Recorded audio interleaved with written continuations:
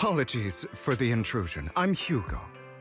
Let's just say I'm something of a collector.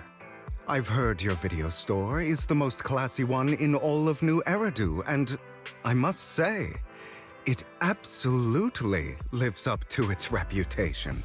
The ambiance here is understated yet refined, elegant but still cozy. It's so soothing, like a steady beacon in the dark. I've also noticed some well-known individuals frequenting this place, including elite members from PubSec and HSO. Your achievements at such a young age truly impress me. Aw, thanks. I'm flattered. Yep, exactly what you said. Trust me, I'm being honest. I do find your store quite special. So, I guess the rumors about this place are true. Children of devils.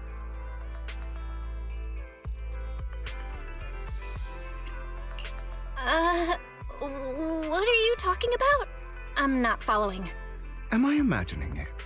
Or do you seem really nervous all of a sudden? Children of Devils is an old movie I've been searching for, but it's so niche I can't find a copy in good condition. Or perhaps, did this movie remind you of something else? You're imagining it. I'm just surprised there's a movie we haven't heard of. No worries. Like I said, this movie is rather niche. Despite the word devil in the title, it's actually about vampires. I'm sure you already know. Vampires were a popular fictional concept back in the old civilization. Typically, they are pale-skinned, well-dressed, exuding a mysterious and dangerous aura. But beneath their immaculate facade lie lethal fangs for draining human blood. You kinda look like one. I'll take that as a compliment. Too bad vampires don't actually exist in New Eridu. Oh, and I don't feast on human blood. In fact, if anything, I'm hypoglycemic. Anyway, back to the movie. It's about a man who unwillingly turned into a vampire and after years of plotting, finally kills his evil father and ultimately dies in the process. So, it's a tragic story. I actually think the ending is pretty good. At least he accomplished his goal, and death was just the price he was willing to pay. Well, it's a shame you don't have the videotape I'm looking for. I'll just grab a copy of every movie you currently have for rent. Huh? Oh, thank you so much for your patronage. That's really generous of you. Just think of it as my thanks for chatting about the movie with me. Your store is like a collector's gem in itself. Please, consider my payments here as an investment in a collector's prized find.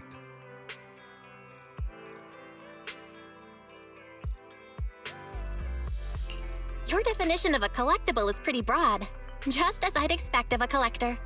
Because of my work, I happen to know some of New Eridu's upper echelon. Some even collect human organs. Just some rumors circling around. Hope I didn't spook you.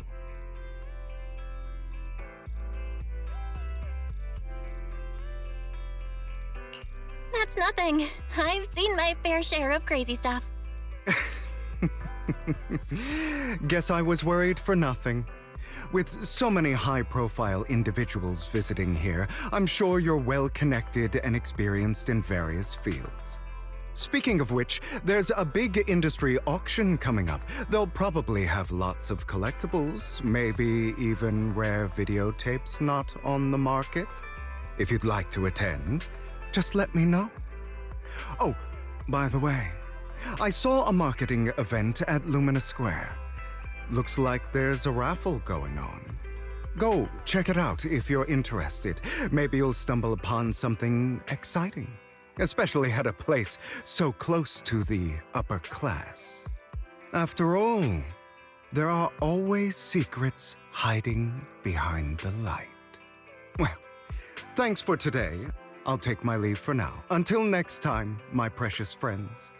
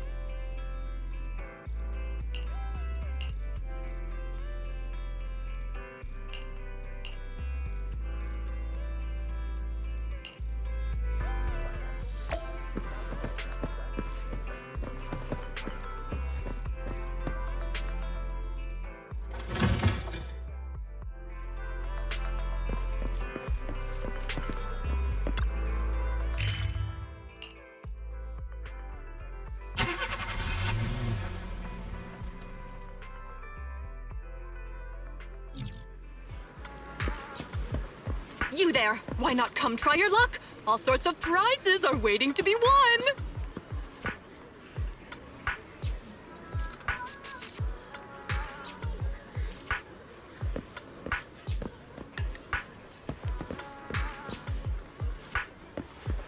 Dear customers, the grand prize is waiting for you. Shop today, keep your receipt, and join the lucky draw at 6 p.m. tonight. Fabulous prizes are up for grabs. Good luck.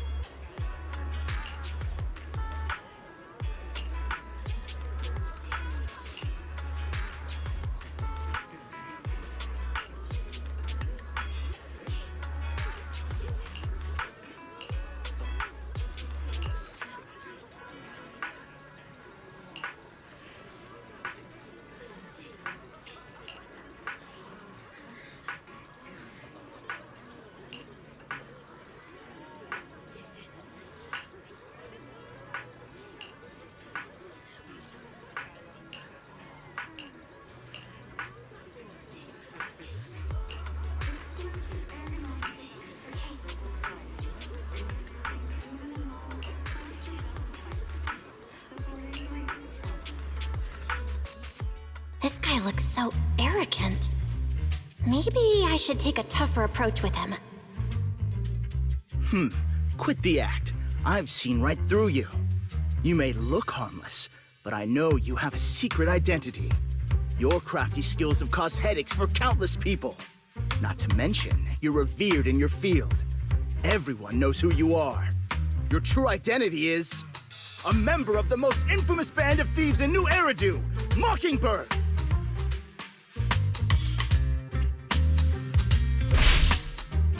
What do you know? My true identity is even more infamous than Mockingbird. What? You're even more evil than Mockingbird? No wonder you snatched my wallet. I know. Now might not be the best time to say this, but I'm genuinely curious about your true identity. Forget it. Clearly, you have no idea who I am. I'm Curtis Ravenlock. That's right, of the esteemed Ravenlock family from Tops. You'll face consequences for crossing me.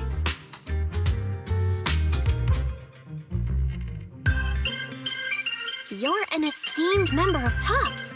Why join a raffle with us plebs? Offense is the best defense. Seems like you've got that down. I'm only here because my family sponsored this event. I just joined the raffle for fun. It's not like I actually need the money. Anyway, You were the only one next to me when I lost my wallet. It has to be you. Just admit it.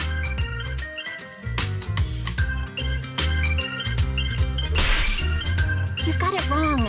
I didn't steal your wallet. I just happened to be standing next to you. Coincidence? Do you really expect me to buy that? You've been suspicious from the start. You're being too soft. You need a firmer stance with someone like him. In any case, my wallet is missing. It had a ton of Denny's, so someone's got to answer for that.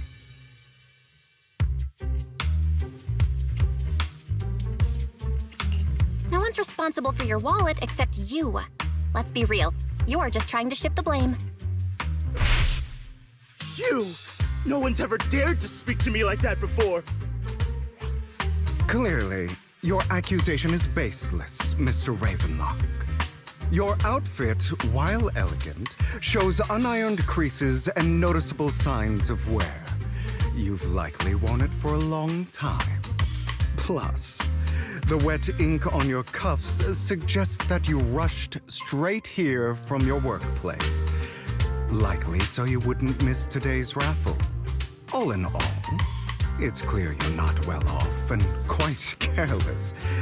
Chances are you lost your wallet yourself, and it probably didn't hold much cash.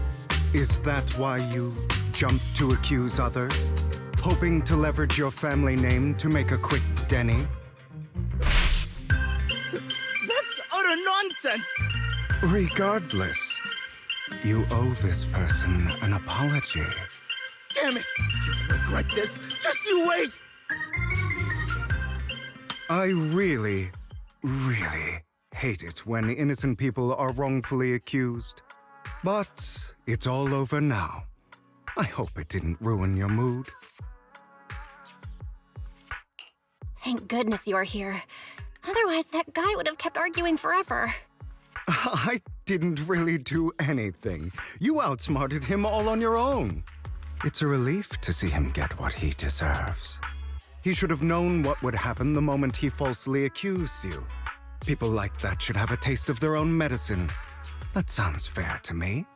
Unfortunately, we don't usually see such fairness in our world, do we? That's why sometimes I don't mind resorting to unconventional methods to right the wrongs. You seem to be implying something. Don't tell me. A good movie never spoils its ending. But feel free to speculate. Anyway, it was nice running into you. Please, accept this raffle ticket to mark the occasion. May it keep you away from shady people and situations and bring you good fortune.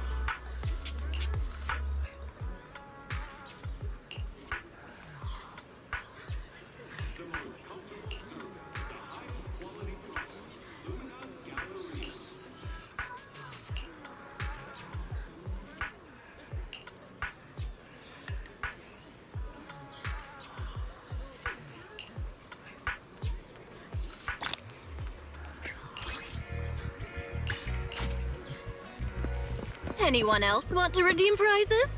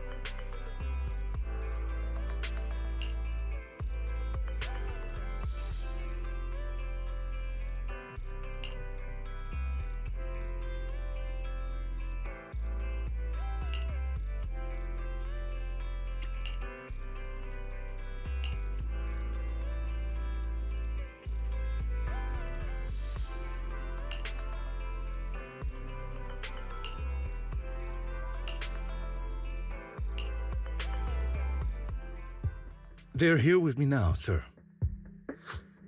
I'm glad to have the chance to speak with you, young'uns. Helios Academy used to be a peaceful and comforting place.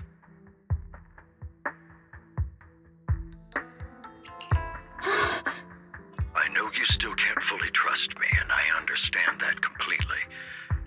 But please do know that I mean you no harm. Your teacher, Carol, and I, we used to be friends. She was a kind person. I was truly sorry to learn that she was the one held responsible for the fall of the old capital.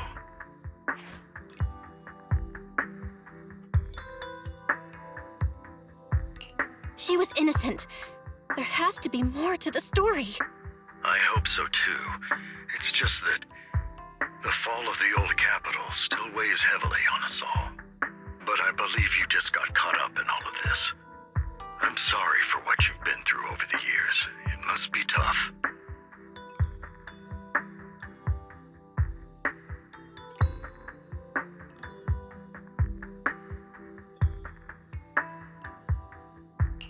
Sooner or later, we'll find the evidence to clear her name. Then I sincerely wish you success. The real reason I reached out to you is to tell you something very important. Something about your eyes. I stumbled upon some of the data Carol left behind. She spent much of her time studying ways to minimize the side effects of your eye implants. Teacher, she was always looking out for us. Yes, which is why I believe this was her final wish. As her friend, I want to see it through. Simply put, your eye implants are directly linked to your brain, and their functionality depends on your body's limits. As a result, the HDD system takes up a part of your body's capacity. This leads to certain issues, the most notable being that it suppresses your innate ether aptitude. I brought in a team of specialists to analyze Carol's data samples, and after some effort, they created a plan to upgrade the HDD system. After the upgrade, the HDD system will operate with significantly reduced power consumption, allowing for a substantial boost in your ether aptitude, or rather, a restoration to its original level.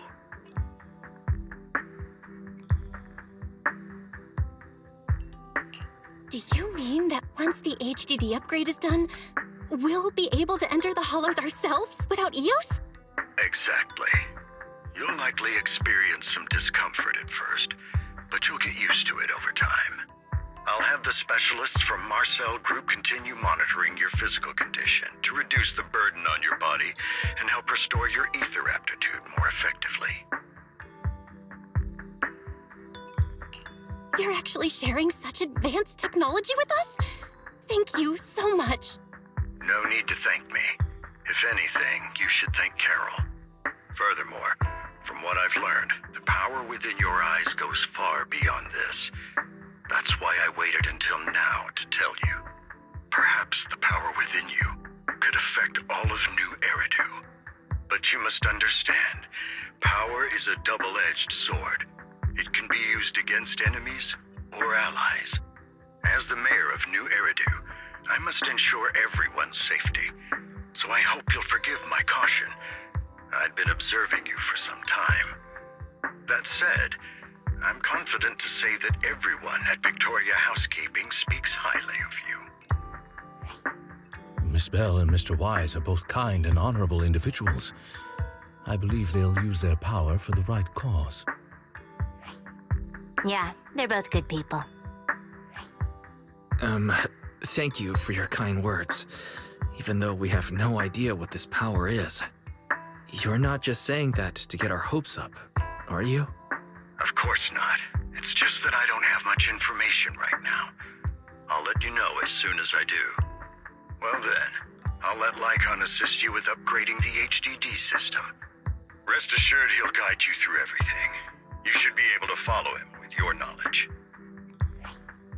If you would follow me.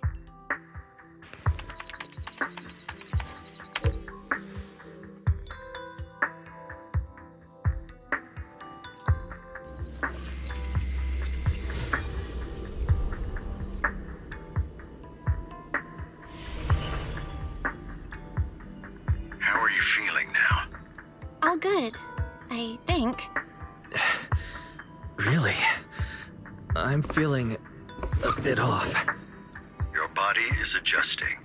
Give it time to adapt to the changes. As a precaution, hold off on entering the hollows until you feel better. I see. In that case, I'll sit back and help Belle for now then. It's quite impressive one of you adapted so quickly. Your ether aptitude is now on par with most hollow investigators, meaning you're ready to explore regular hollows. But you must be careful at first. Lycon, Ellen, why don't you two go along? One of the data piles in the hollow near the metro is malfunctioning, and we need a skilled proxy to address it. I'll assign this task to you.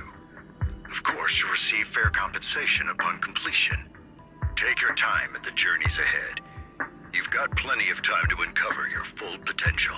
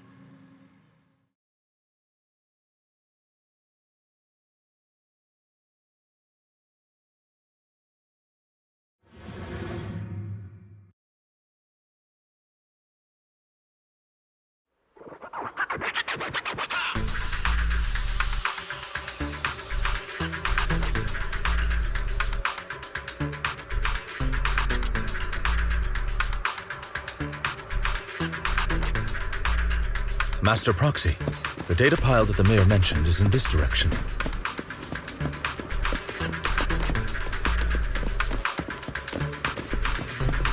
Let's keep...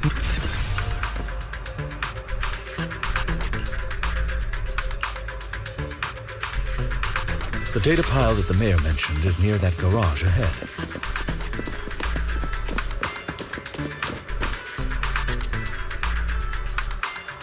What a pain. There's nowhere else to go. We'll have to move the train.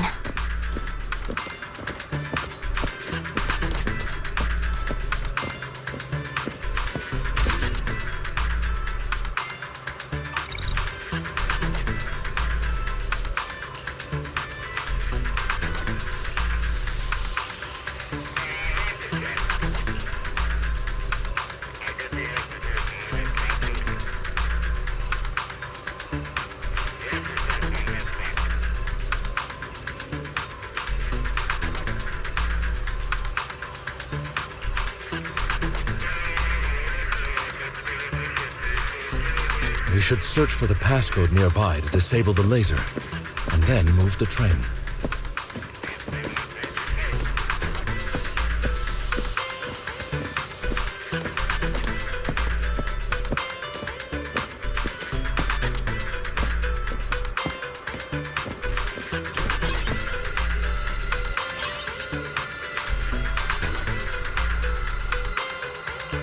Ah, I get it now. We should be able to enter the passcode now.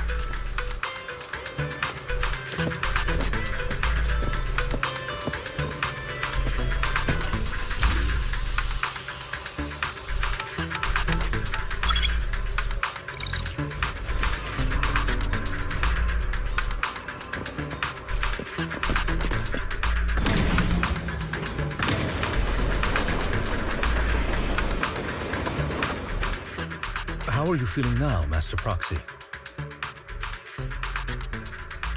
Fantastic. Never been better. I'm relieved to hear it. If you feel any discomfort, please let us know at once. Yeah, I'll carry you on my back if needed.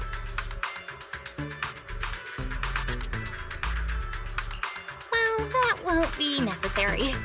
You've always had a sharp mind, and now you've got the muscles to match.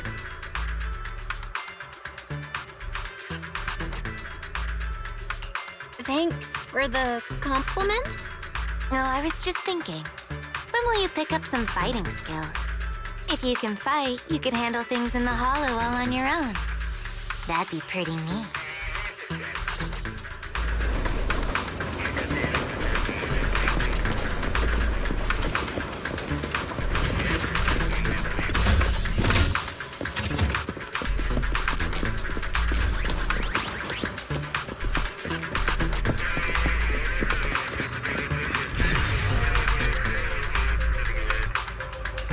Master Proxy, the data pile is right up ahead. It seems to be guarded, however.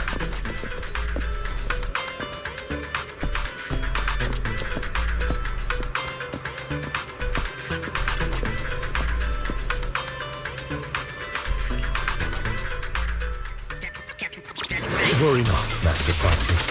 We'll ensure your safety. Hurry up. Thank you. Sorry, I still need you guys to protect me.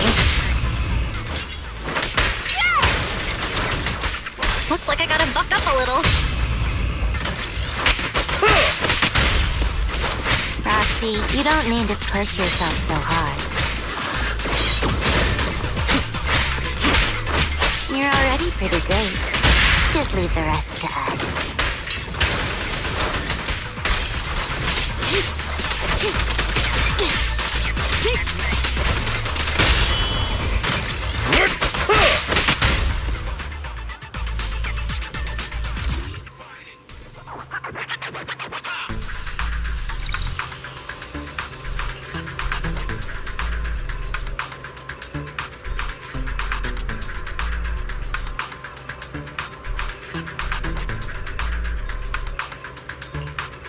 Oh, it's another passcode.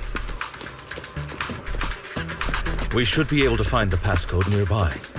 Let's keep an eye out for it.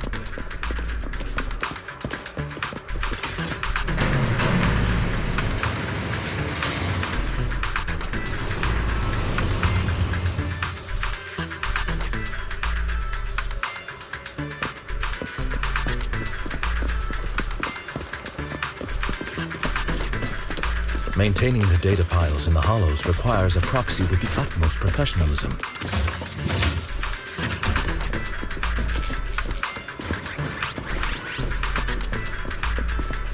It is Victoria Housekeeping's honor to maintain a professional relationship with an outstanding proxy such as yourself.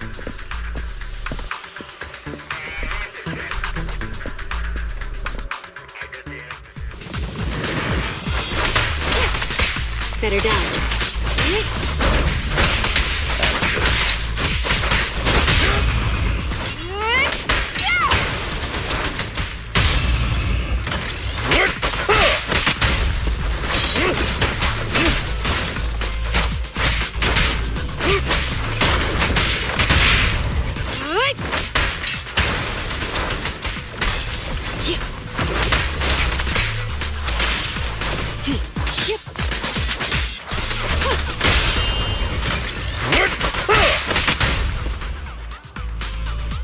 Master Proxy, let's take a look around this area. We might be able to find clues regarding the passcode.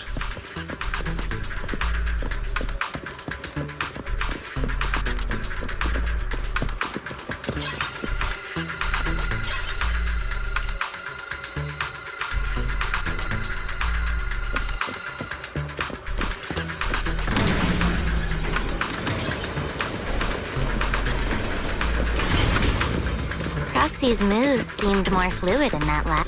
Master Proxy, this should be the second passcode.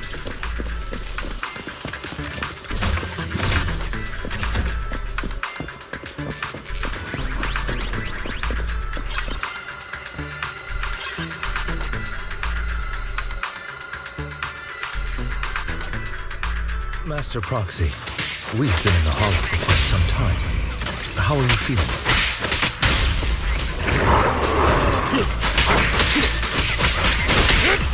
I feel fine. Nothing out of the ordinary. Stand still. That's good to hear. After all, this is the first time you've entered a hollow since the system upgrade. Best not to overdo it. Ellen, switch up.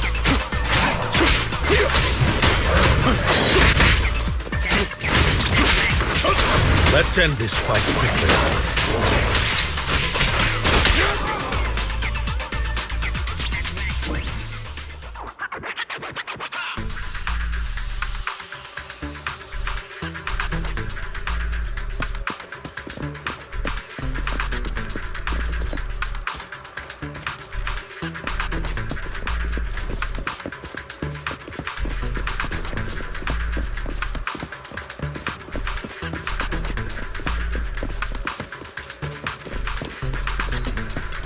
The last passcode is here.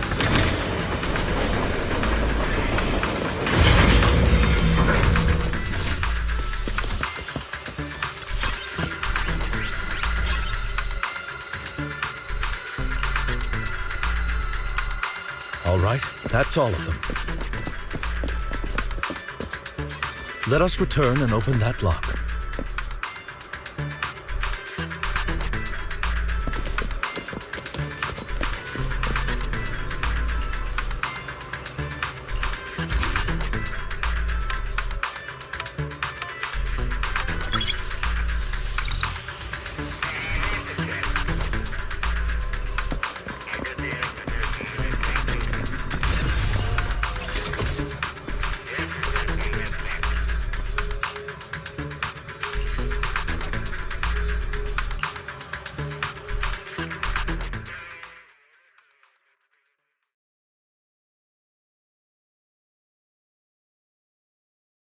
The mission was a success, sir. Master Phaethon's performance was outstanding. Excellent. You truly are exceptional. I'll be frank. I contacted you because I need your expertise for an important task. I'd like you to participate in an auction and help me secure an item up for bid. Hold on. Is it the same auction I heard about? The one with all the high-profile attendees? Yes, that's the one. I knew asking you was the right choice. Since you're aware of it, I'll get straight to the point. It's related to the sacrifice you encountered. Sacrifice? Has it appeared again? Remember the sacrifice you took down near the construction site? Public security did some research after retrieving it. It turns out it can maintain its form outside the hollow and carries human genes. Within it, we extracted a mysterious core. This core possesses the same inexplicable power as the sacrifice, allowing it to exist without relying on ether. However, the core was recently stolen from the most secure lab in New Eridu. We suspect this is an inside job rather than an external theft. We searched extensively without success, until I saw the auction flyer. The core has been concealed within an auction item. So you want us to bid on it at the auction. But why us? The power of the sacrifice is highly volatile and destructive. We must keep it confidential, at least for now. And I, as mayor, am not suited to participate in the auction myself. Plus, I'm running checks on my inner circle due to the theft. Frankly, there aren't many people I can trust. Don't worry, the funds are covered, and Victoria Housekeeping will be assisting you. Of course, this hinges on one condition: your willingness to aid me.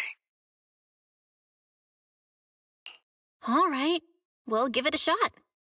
Thank you very much. I knew that I could rely on you. The only hurdle now is the invitation. It's exclusive to Tops, so obtaining one might take some time. I'll handle that promptly. I'll leave the rest in your capable hands. You seem a bit puzzled, Master Proxy. The relationship between the mayor and Tops seems rather delicate. You're quite perceptive. As you know, the roots of New Eridu's governance lie with the Mayflowers, while Tops is a conglomerate of companies.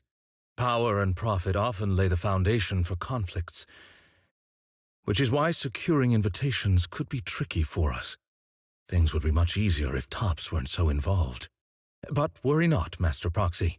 It may take some time, but we will overcome these obstacles. Now, if you've no further need of me, I'll take my leave. Have a good day.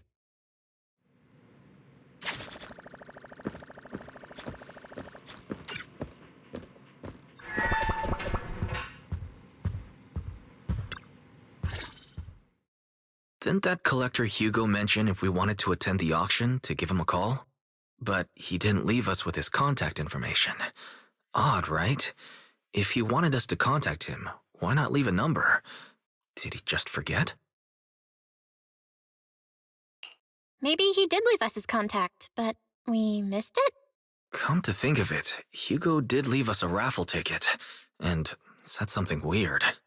He said something cringy like, "There are always secrets hiding behind the light." Wait, don't tell me.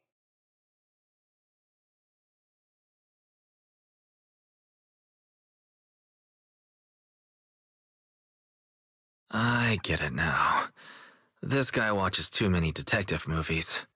Anyway, let's try contacting him. Aha! It's you! The manager of my favorite video store! Glad you've cracked my little puzzle. I've been waiting for you to contact me. I was worried I might have left a bad impression. Actually, I have a favor to ask. About the auction you mentioned. Could you secure 2 invites for us? Ah, so you'd like to attend the auction? I'd love to assist, but unfortunately, I have some tasks at hand. But if you two can help me with my current task, I should be able to find time to get the invitations you need. What kind of task? Is it something I can handle? Nothing too dangerous, I hope. Don't worry, I would never put you in danger. Let's discuss the specifics in person. I'll wait for you at Do Gardening Shop in Lumina Square.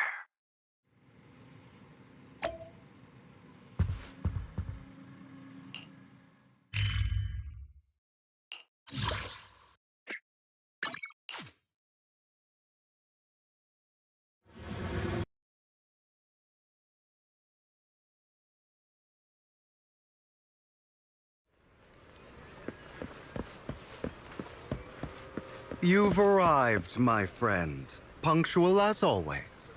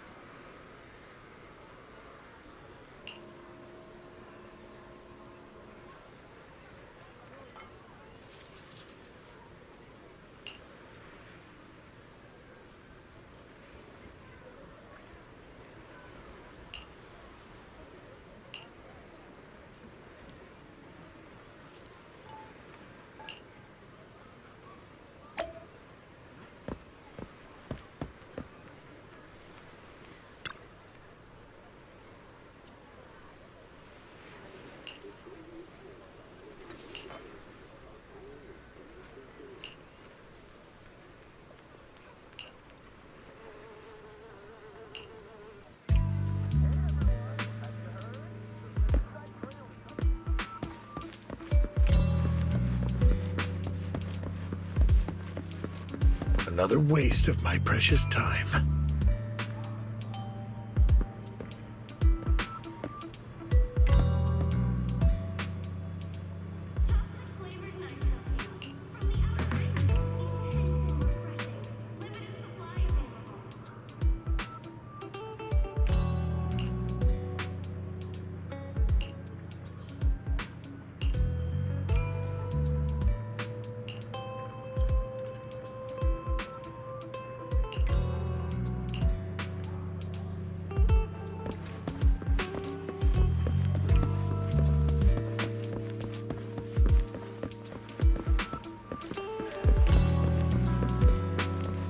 This time, I'll lead the family back to the top.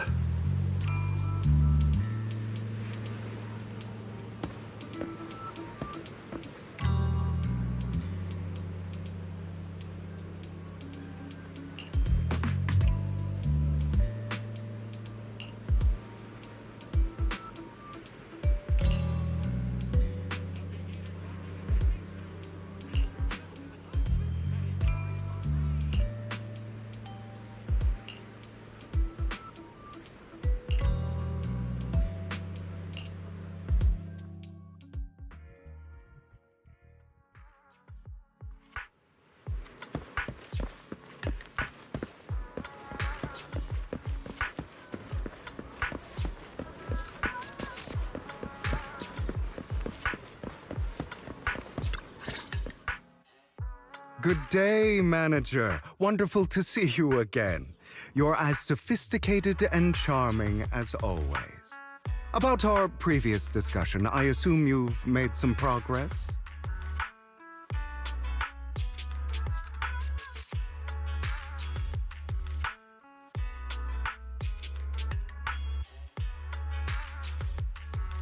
I see. Looks like it's more complicated than I thought. I appreciate your help. Here are the promised invitations for you. One was mine, but I won't be able to attend as I'll be occupied that day. I had to pull a few strings to secure these invitations, so please don't mention where they came from. Otherwise, someone might come hunt me down.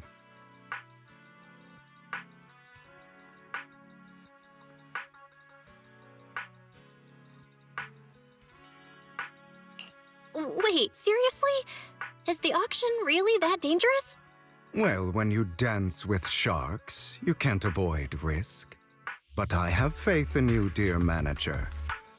I'm entrusting you with my life. Don't worry, my lips are sealed. And so are my brother's. I've been meaning to say, you're so close with your sibling. I'm kind of jealous. What's your view on family ties, manager?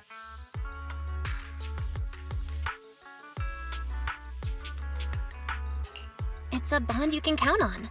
Like, no matter what happens, Wise and I have each other's backs. That's the exact kind of answer I expected from you. How lovely. I once had a half-sister. Different mothers. Had? Did you two fall out of touch because of an argument or something? No, we never argued.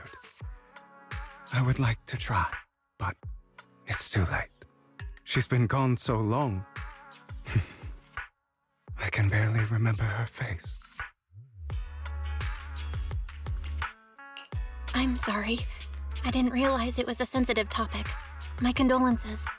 It's okay. I brought it up first, and it was ages ago. Anyway, back to what we were saying. It's highly likely that Hartman will be at the auction as well. As you know, while he's the rightful heir to the Ravenlock family, he keeps many secrets. Should you cross paths with him in the future, be cautious.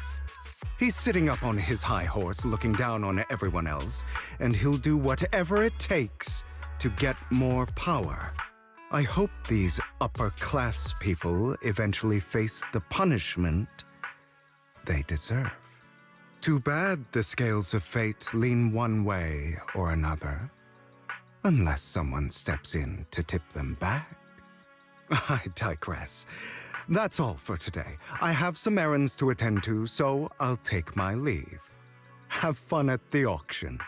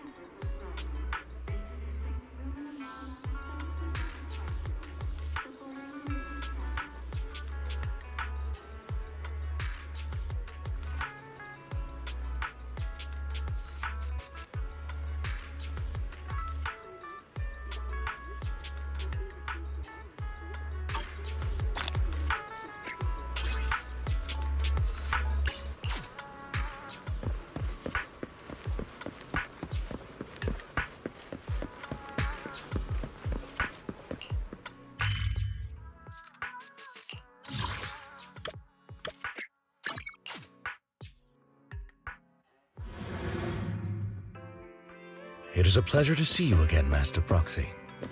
It's been a while.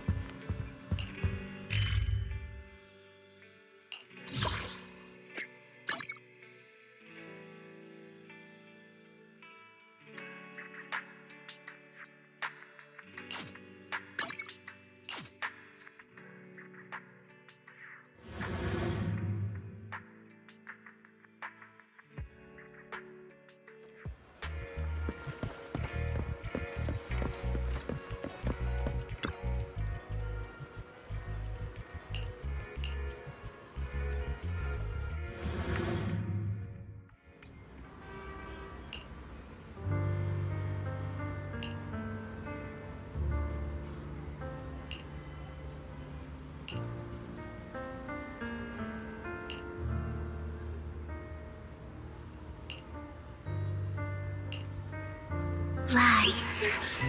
Deception. Betrayal.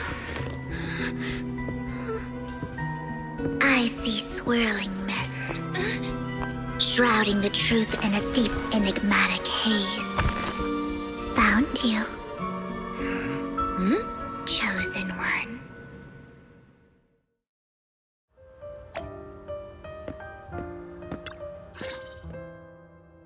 You are exactly as I thought you'd be.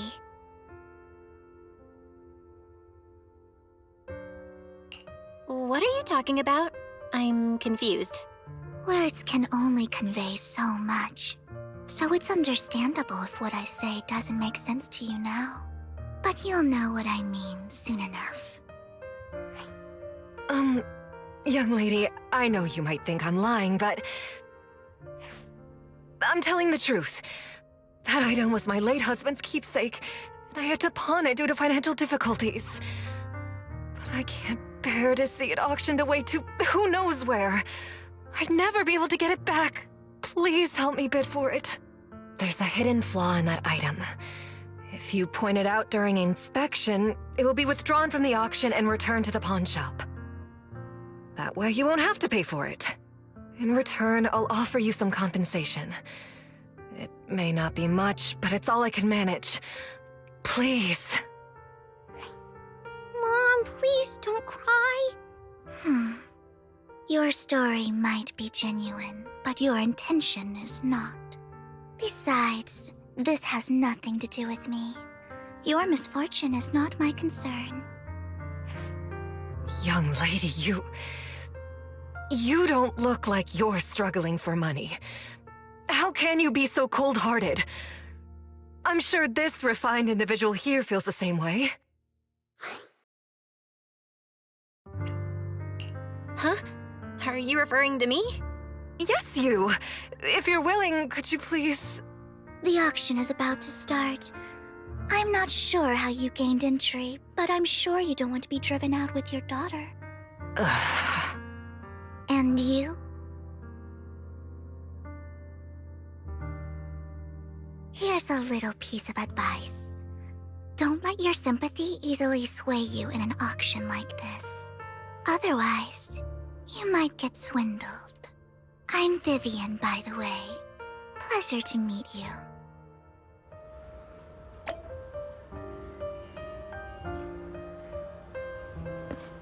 Dear guests, the auction will begin shortly. Please make your way to the venue.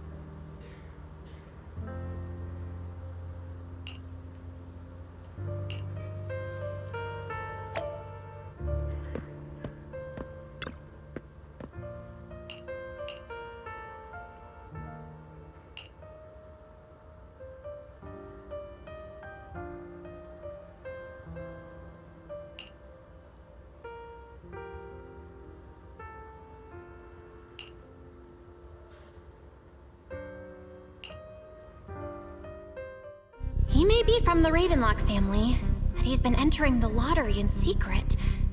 Maybe he's not as well off as I thought. Ugh, what rotten luck. I didn't expect to see you here. I won't back down this time.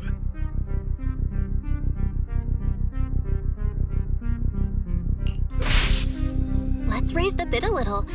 How about 10%? Such a small amount, as expected of a commoner.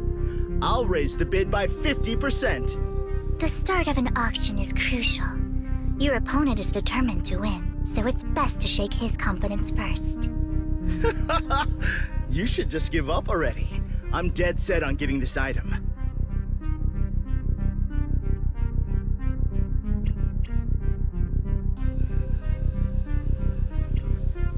Truth is, we've got a solid sponsor. Give up, because we're going to secure this no matter what.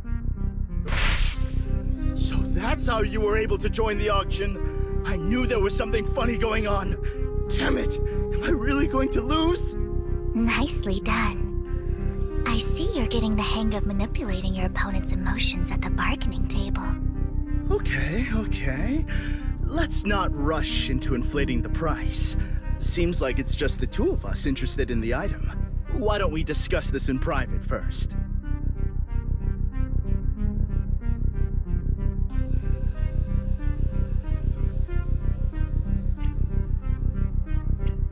No matter what, I won't back down.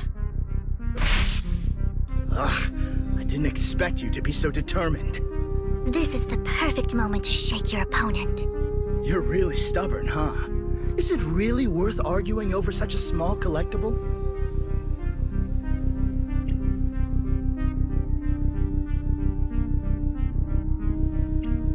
Sure is. The money in our pocket is our biggest advantage. Host, I'm raising the bid. The price is way more than it's worth. Forget it, I'm out. It's a bit overpriced, but it's still acceptable.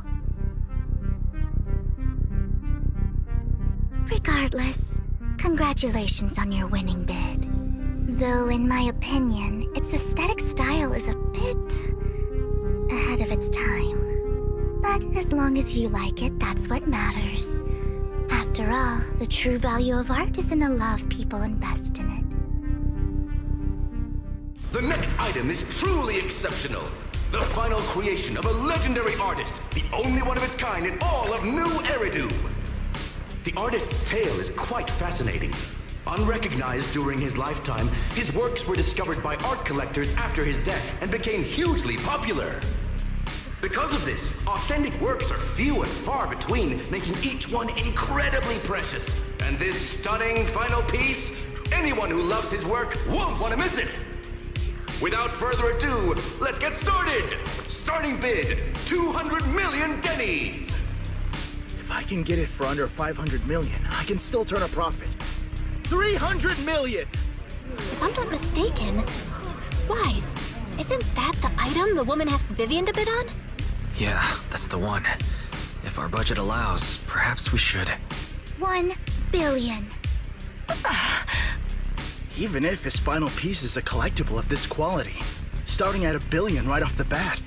Since she doesn't have to earn her own money, any bid is just a number to her. Was that Vivian? Wow, she just said, "Don't let your sympathy sway you," then went ahead and bid anyways. Yeah, but she can literally afford not to take her own advice. Oh, this elegantly dressed lady certainly has refined taste and deep pockets. So, is anyone ready to challenge this young lady? Invest in the legacy of a talented artist who left us too soon. Its value could double in the future. I'd advise against it. I'm going to bid on this no matter the price tonight. This young lady is certainly very confident. Our time is almost up at $1 billion. Going once, going twice, going 3 times. Sold for $1 billion. All right, ladies and gentlemen, that concludes the first half of the auction. Please feel free to unwind in the lounge for a bit, as more treasures await in the second half.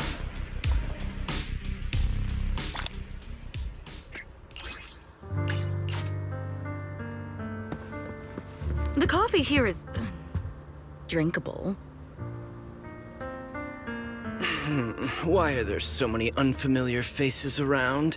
I thought this was for regulars only.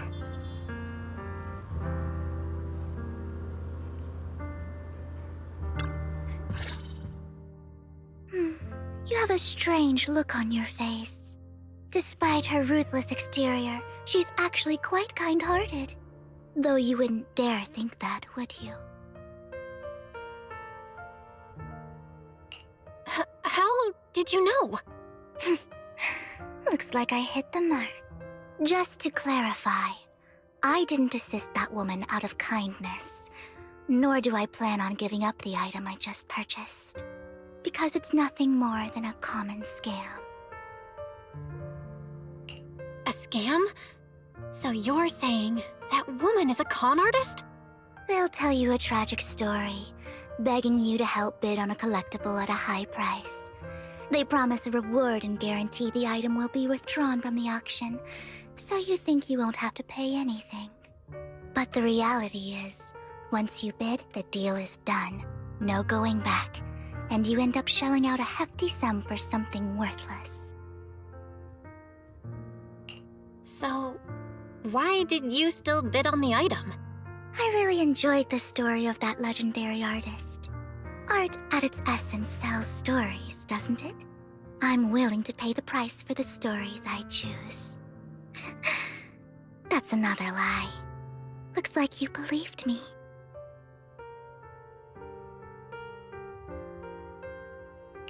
How did you figure it out again? Let me give you another piece of advice. Appearances can be deceiving. People often mask their true intentions. Sometimes, what you can't see is the real truth.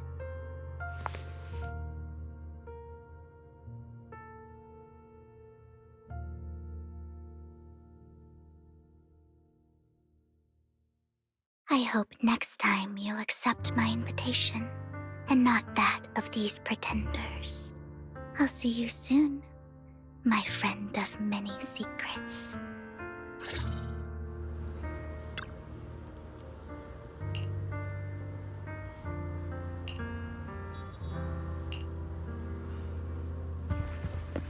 The second half of the auction is about to begin. Please make your way to the venue.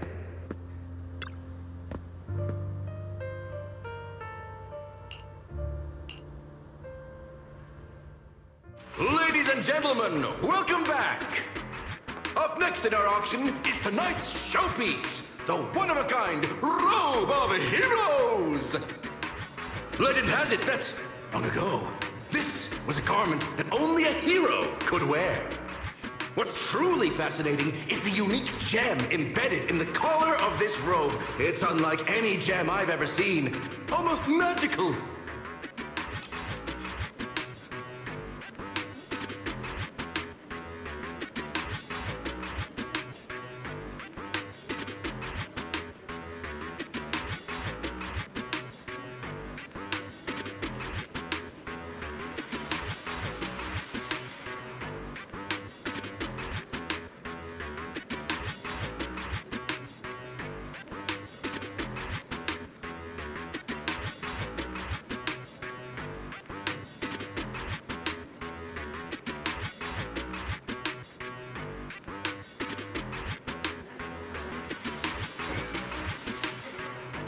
Wise, that gem's probably what we're looking for. Such an important item, yet it's just there on a piece of clothing, completely unprotected. How gaudy. This auction sure is busy. There's people of all sorts, whether they belong or not. Robe of Heroes. What a tacky name. Nonetheless, I'll secure it. In the name of the Ravenlock family. Yes, I see it. Seems authentic. Of course, I'll keep an eye on it.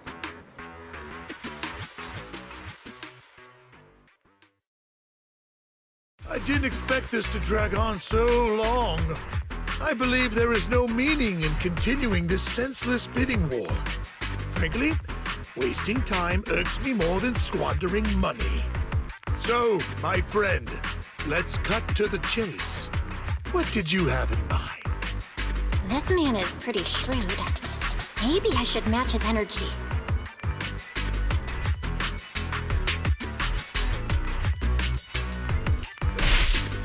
All I want is that robe of heroes. What a pity. We both have our sights set on the same item. It seems there is no hope of us coming to an accord. I'd suggest taking a less direct approach with someone like Hartman, lest he prey on your weaknesses. There are more antiques in this auction than just the robe. Why rush into this? You might find something else you prefer.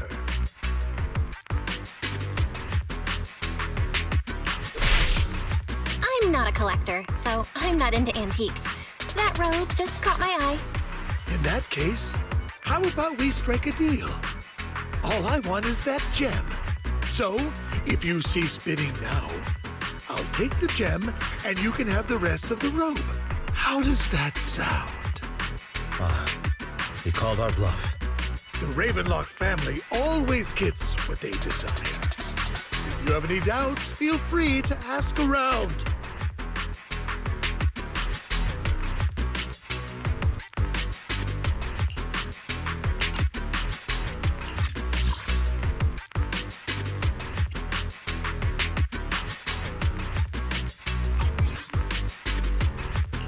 What a coincidence! I, too, always get what I want.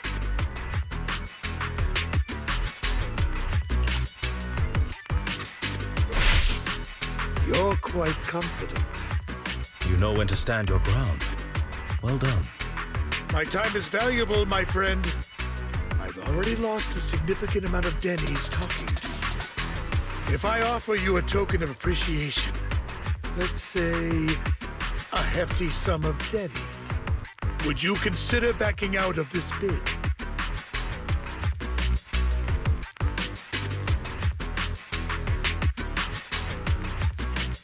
Don't try to bribe me. I don't need or want money. For once. You're quite persistent, aren't you? It's been a while since someone dared speak to me like that. All right, since I can't sway you, we'll have to settle this with our financial power. But let me be clear. No matter how high it goes, I won't back down. Oh no. Though the mayor gave us a huge sum of dennies, I have a sinking feeling it won't be enough to outbid this rich jerk.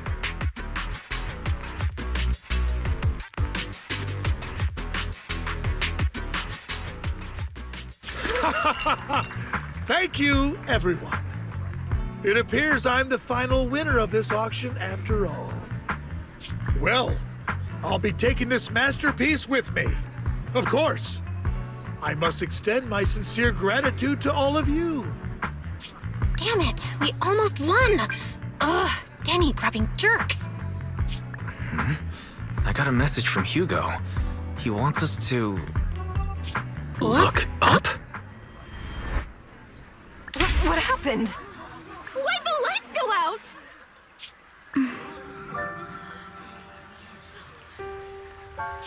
What's going on? The power went out? Mommy! I'm scared! Ladies and gentlemen, welcome to tonight's auction. My apologies for the long and dreary opening. Losers always have a lot to say. That guy looks familiar. Is that... What are you all standing around for? Someone deal with this intruder! How uncouth. I'm simply here to reclaim what's rightfully mine. You! When did you... Well then, tonight's show is coming to an end. I wish you all a lovely evening. Yours truly, Mockingbird. After him! Catch that thief or forget about getting paid tonight! I can't believe he's here. And his target happens to be that core, too.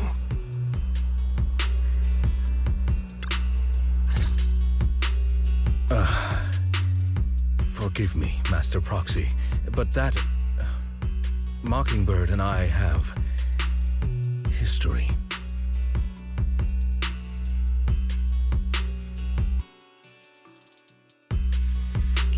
He might find it surprising, but I know him too. You do?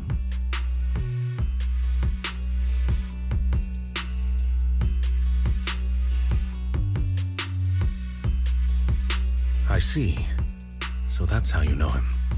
Years ago, we founded Mockingbird, the Phantom Thieves Syndicate. Things started off well. We were young, with naive ideals and lofty goals, and we pursued what we thought was right. But one night, that all changed. There may have been signs of what was to come, but no one noticed them at the time, or perhaps we chose to ignore them. Eventually, I left Mockingbird and accepted the olive branch extended by the mayor. The separation was, shall we say, less than amicable. And my dearest friend became my sworn enemy. Master Proxy, if I may ask, what do you think of Hugo? He seems pretty nice. He did lend us a hand, so he doesn't really come across as a bad guy to me. I see.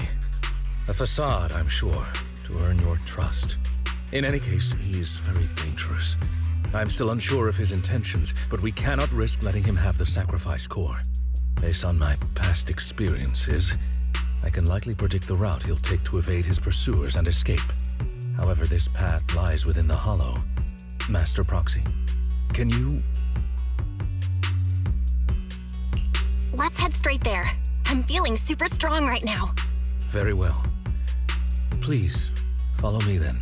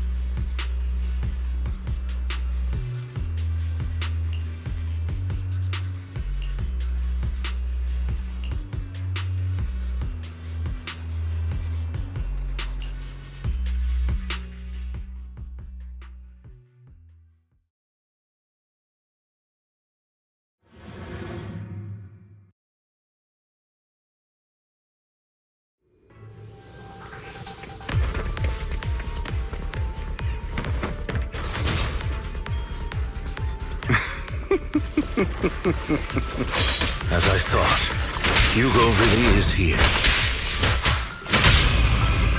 When we were still working together, we would often choose routes that were difficult to attack, yet easy to defend.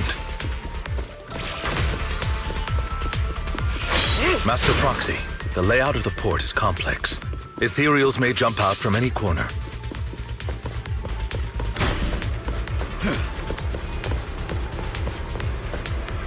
Do be extra careful.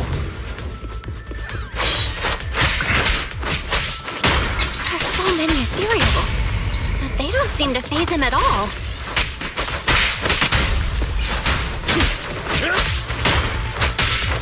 Though I am loath to admit it, that man is quite formidable.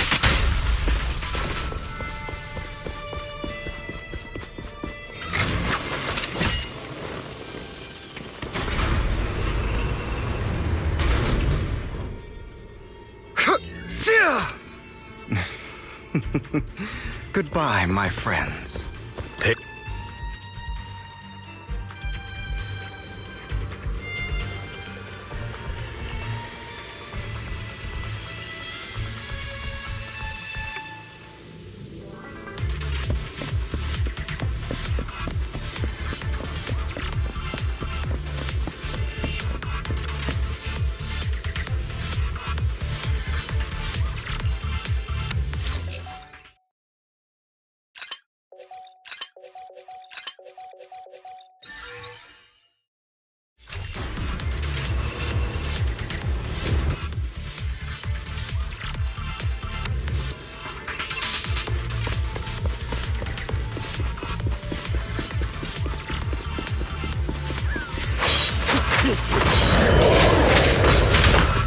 careful, or you'll get hurt.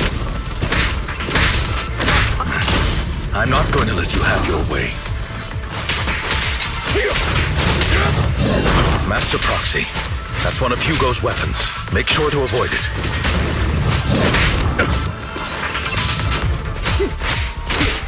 It may look like a coin, but it's actually a dart. Stand still. He carries around a... He's extremely familiar with this place. Master Proxy, dragging this out will only be to our disadvantage. Let's proceed through here post-haste. Evade, now!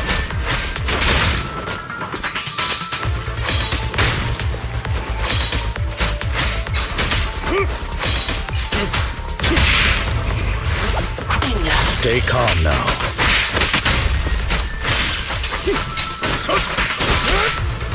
The mechanism here isn't damaged. It's still functioning normally.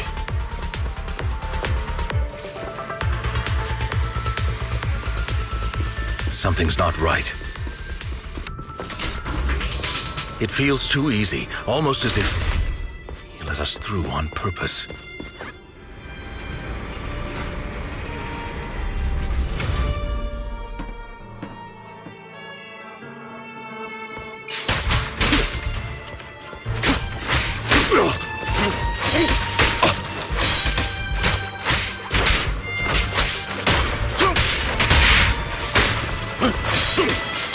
What's the rush, my friend? We still have plenty of time.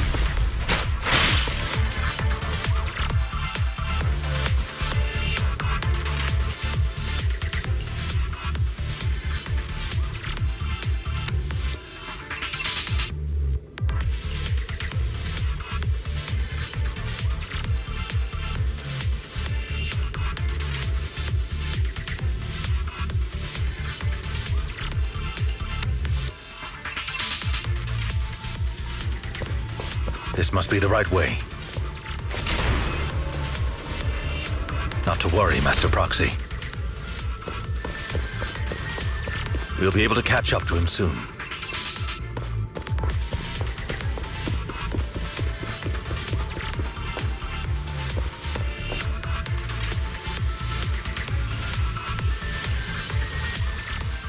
It should be this way.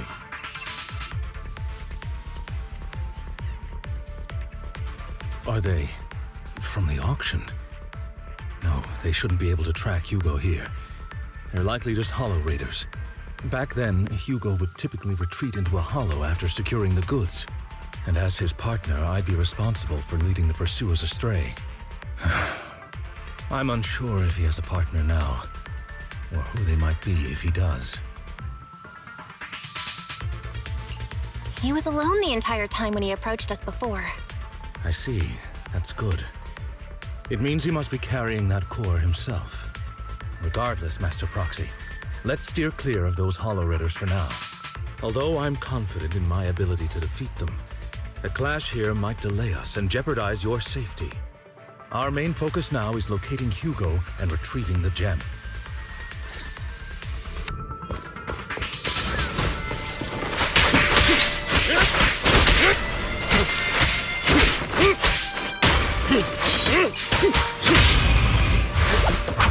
Stand still.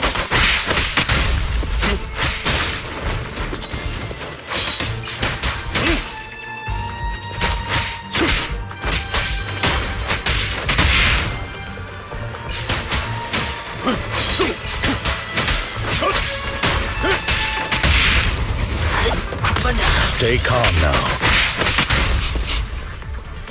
He should be nearby.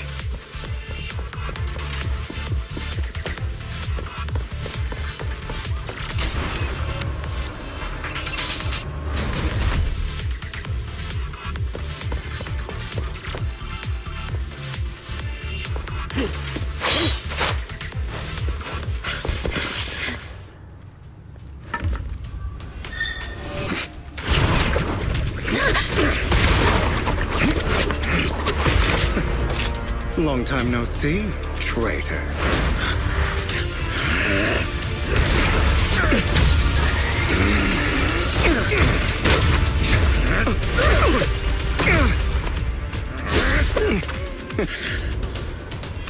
It was you who broke the oath, not me. You haven't changed, pompous and self-righteous.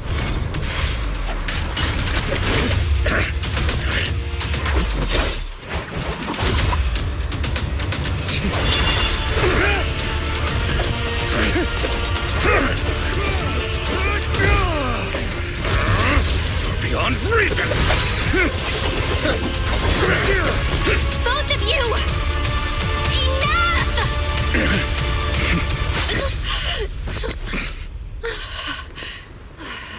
Master Proxy. Are you all right, Master Proxy? Any injuries?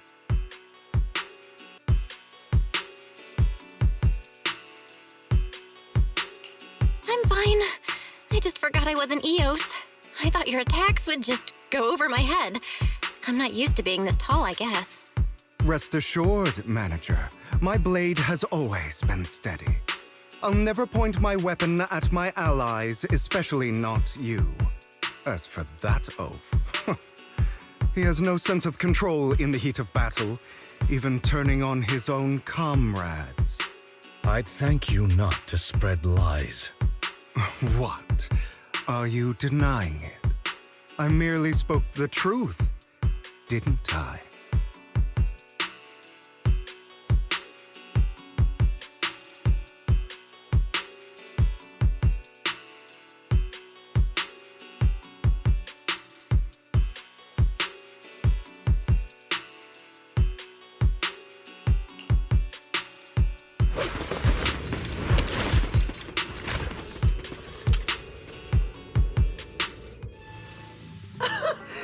We were in for a tough day, but it seems we struck gold in the end. If you value your lives, you better hand over all your etheric resources and any other valuables you've got. I have no conflict with you, gentlemen. I'm here for personal reasons, not to mine ether resources. Cut the crap. It's been a rough day, and we need something to make it right. Whatever your business is, pay your dough or bite the dust. Pay our dough. This is the Hollow. You're not claiming this Hollow as your own, are you? Not even the current mayor of New Eridu would dare to make that assertion. Am I correct, Mr. Mayflower Watchdog? You sure have a mouth on you, pretty boy. Don't push it. We've buried idiots like you in the Hollow before, and soon you'll be joining them. I'd urge you to reconsider. Unfortunately, your kind advice has come too late. They've already worn my patience thin.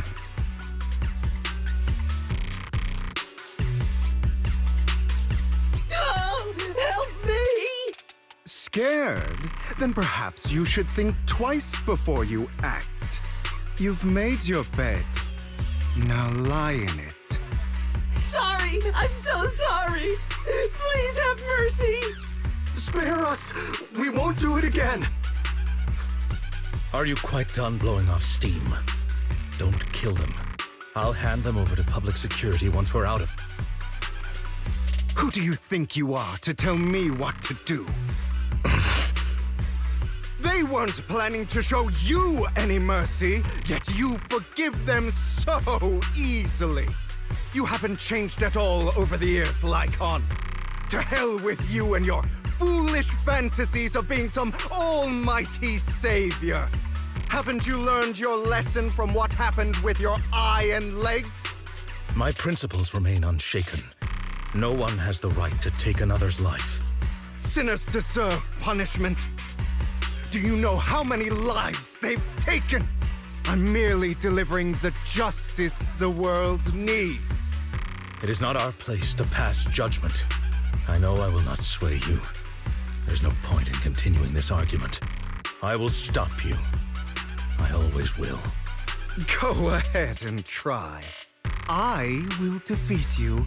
I always will. Be prepared to kneel before me, traitor. You talk too much. Is that all?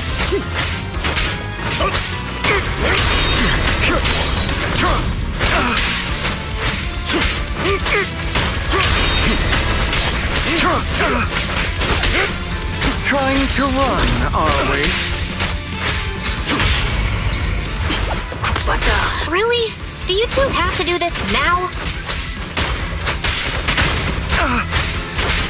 My apologies, dear manager, but I'm itching to teach him a lesson.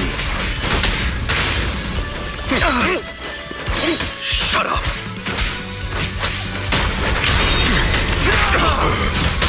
My way.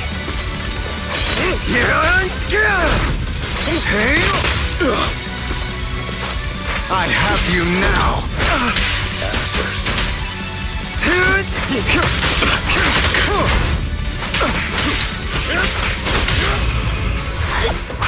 Stand still.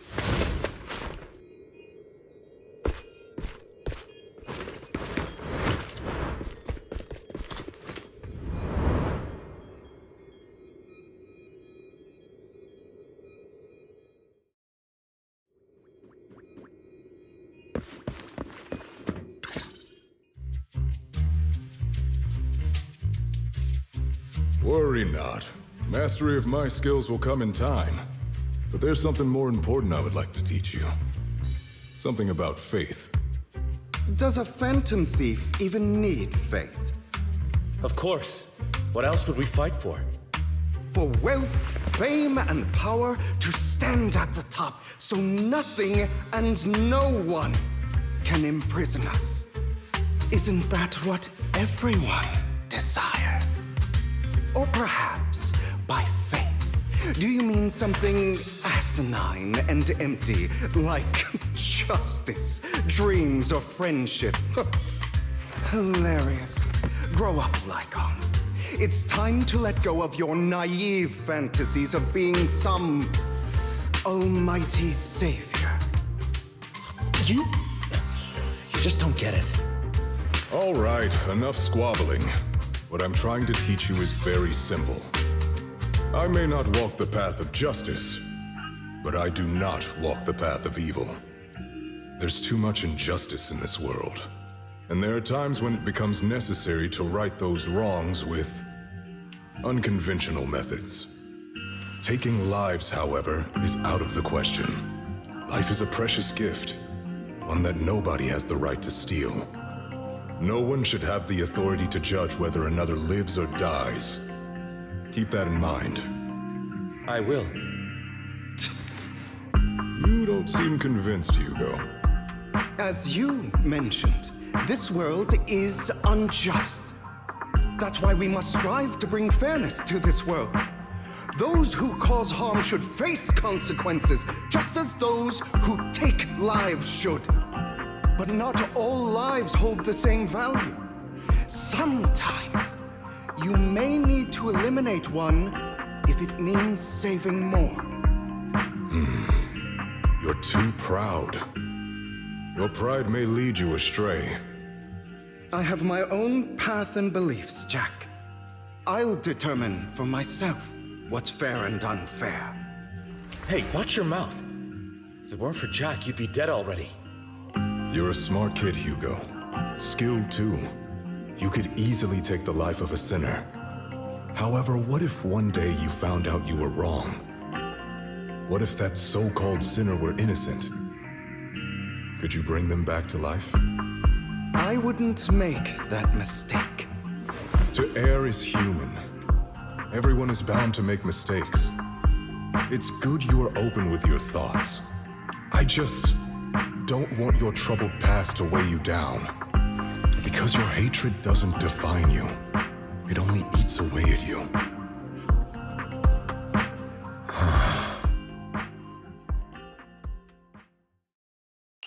What's wrong, Lycon? You've been quiet for a while now. My apologies, Master Proxy. I was just reminded of some past memories. Before Hugo and I founded Mockingbird, we had a mentor, Jack. He took us under his wing when we were in dire straits, imparting his skills and life lessons. But Hugo didn't agree with his viewpoints. Perhaps our paths were always fated to diverge.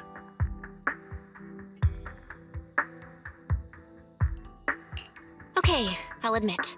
I've been itching to ask. Why'd you two split up? Mockingbird, faced numerous triumphs, but also setbacks. And one of them was a disastrous one. Hugo. You... Was this you? All this? So what if it was? Have you gone crazy?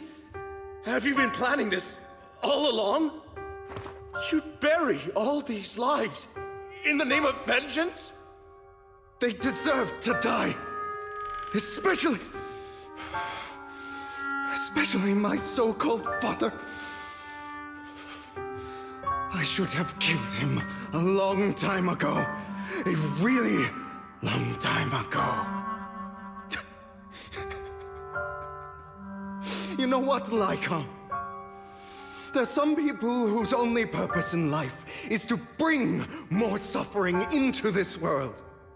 Sometimes murder is what brings justice back into this world. And for that, I must stain these hands in blood.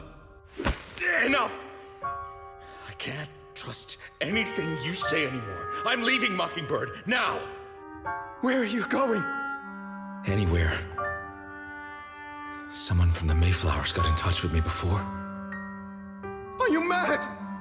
You know what those hypocrites in city administration are like. They're no different from tops. We fought them together all this time, and now you're leaving to serve as their lapdog.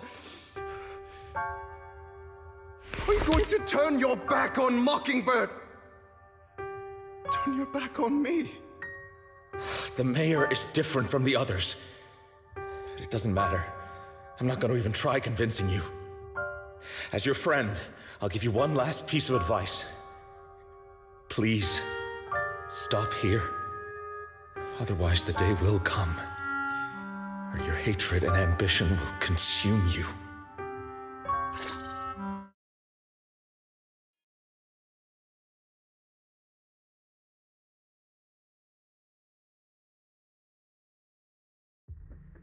My apologies, Master Proxy, that you had to hear such an unpleasant tale. Hugo came from a powerful family, and his relationship with them was always strained, especially with his own father. So much so that Hugo wanted to personally put an end to him. After shouldering a mountain of injustice, Hugo ran away from home. That's when Jack and I met him. And that setback that Mockingbird suffered turned out to be intimately connected to his family. I had thought it was just a normal mission, when in fact he was plotting revenge. He took advantage of me and everyone else there. I do not mean to pass judgment on him and his decision, but I refuse to accept a partner who is willing to trample over other people's lives for their own desires. Perhaps his family left a mark on him that continues to influence him to this day. In any case, Hugo still has the sacrifice core. We should contact the mayor to plan our next moves.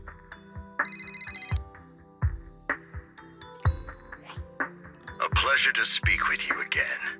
Lycon has already filled me in on Mockingbird stealing the sacrifice core. I'll deal with it.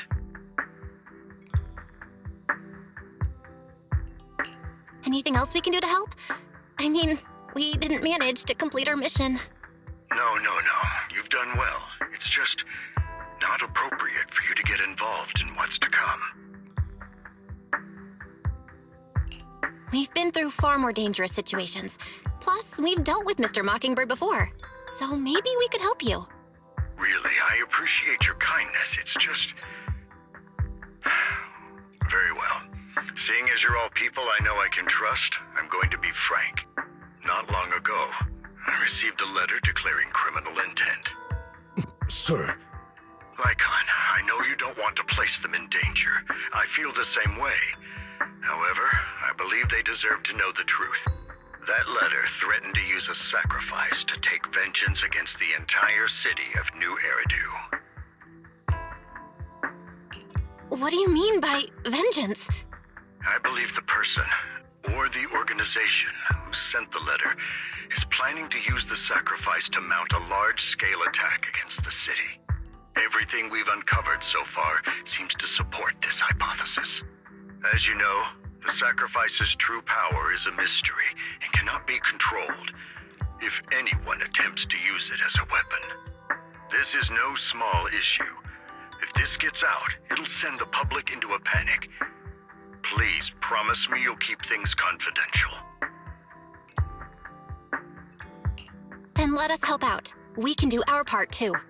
But it's like I said before, it'll be too dangerous for you. Whichever way you look at it, you're still citizens of New Eridu, and as mayor, it's my duty to protect you. Plus, Carol would be furious with me if I put you in danger. If she were still around. Anyway, I'm not at liberty to discuss this matter any further. Please rest assured that we will handle things properly as the administrative authority of New Eridu. that's right. Master Proxy, please trust us.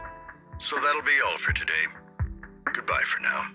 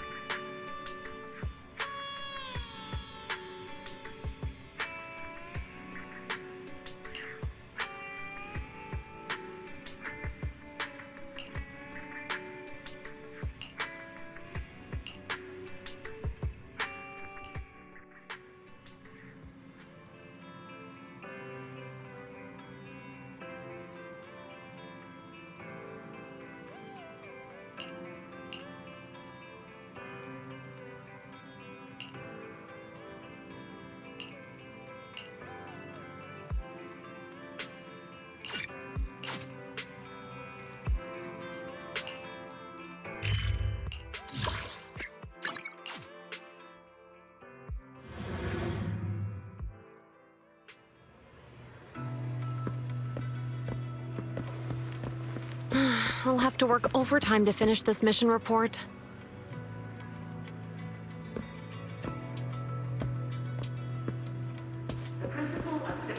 You're here! No matter what challenges you encounter in this area, public security will be dedicated to serving you.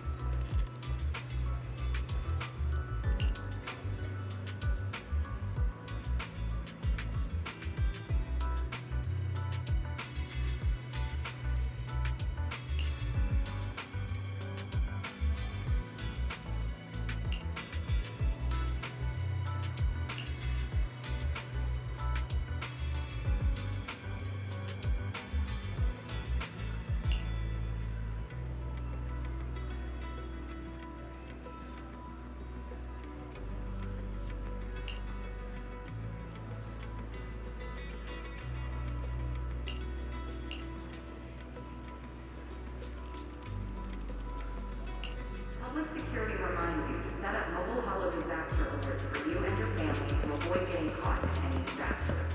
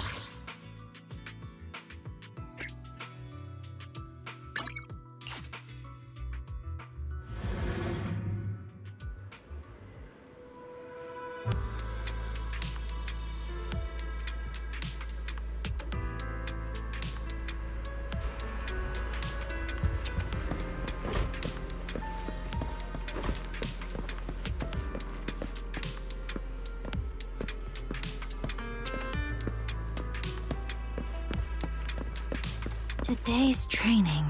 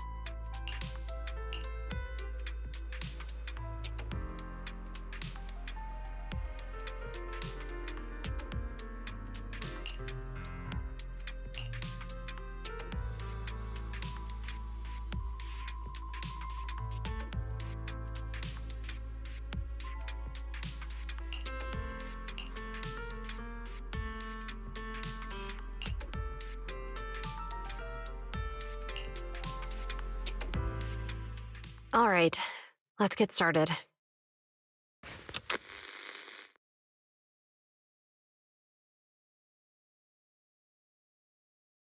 I'm probably not getting out of this hollow, but at least this tape recorder still works. Let's say these are my last words. I gave away my anti-corruption equipment to save those civilians, so I'm not in good shape. Unfortunately, we came up against a horde of ethereals right after that. I rushed over to fight them off and tried to save the civilians, but in the thick of all the fighting, I turned back and realized that I was somehow alone. Nobody was behind me. Luckily, I managed to defeat the ethereals, but the wounds and corruption I sustained in doing so should be fatal. I don't mean to cast the blame at all here, and if any of my colleagues ever pick up this cassette, I hope that nobody is ever held accountable. It's just human nature. It's normal. I just have a few regrets. Oh, what's that over there?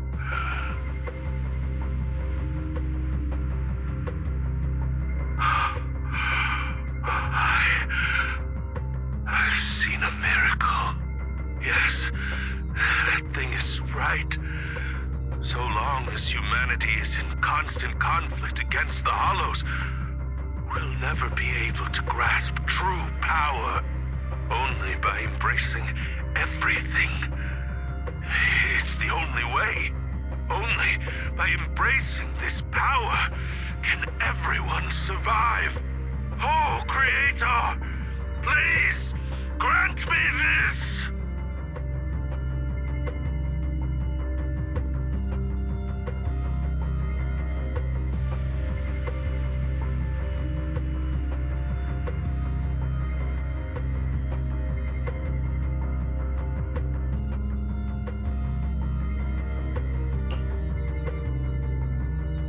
Are you okay, Jiyuan?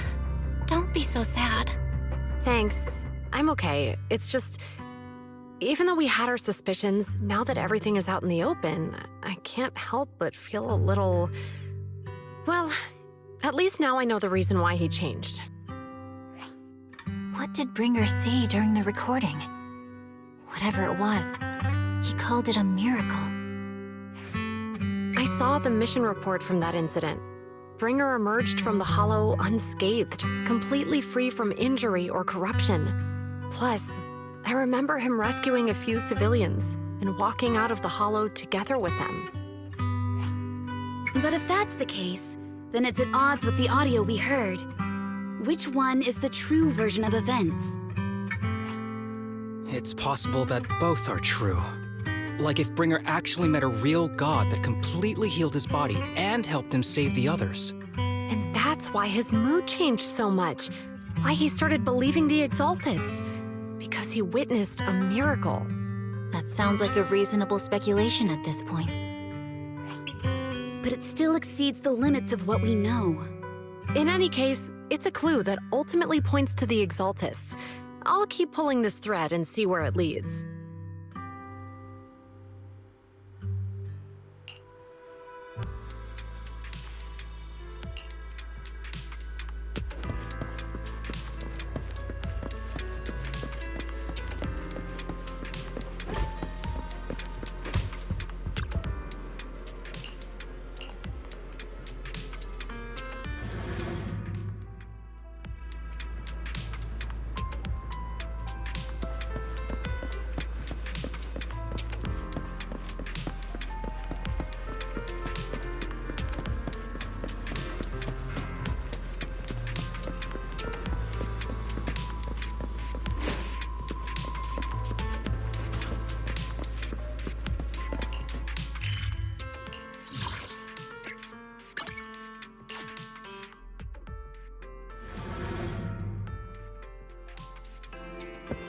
I've been waiting for you for quite some time.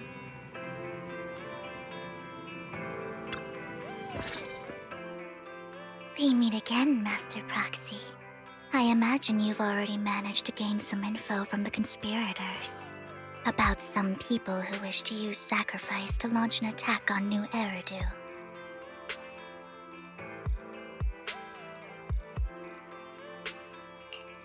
How do you even know about that? I only just found out myself. Because I've been watching you this entire time. I know many things. But unlike those hypocrites, I'm willing to share info with you to show my sincere hopes of working together. I need to find Bringer's belongings.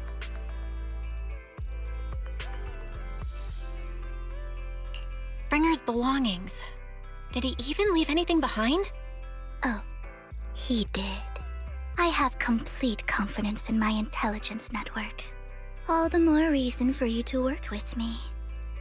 You've probably already guessed, but what Bringer left behind will be crucial for cracking the alleged sacrifice attack. Find it, and we'll finally know what they are after. Who do you mean by they? The Exaltists, of course. They're always lurking whenever something related to sacrifice comes up. Actually, the Exaltists and I, we have a bit of shared history. But no more than that until you officially agree to work with me. All right, I agree then. Splendid. I like people who don't mess around. By the way, might I ask, you're not proficient at in-hollow combat, are you? Nope, I can't fight. As I expected. Not to worry. You're an invaluable proxy. All I require is for you to guide me. I mean, not even my darling Lord Phaethon can fight in the hollows. Hang on. What did you just say? Your darling Lord Phaethon? That's right. The best proxy in all of New Eridu. Lord Phaethon. Don't tell me you don't like him.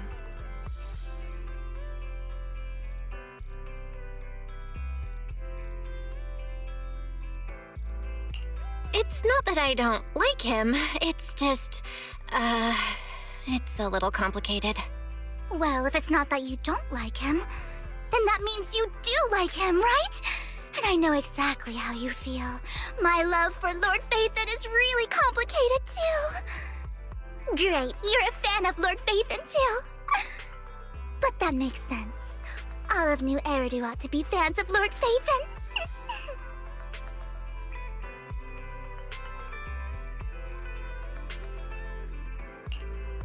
Fine, you're right.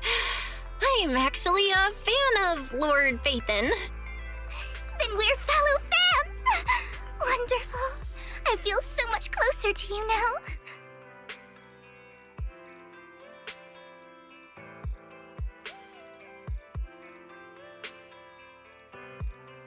Oh my!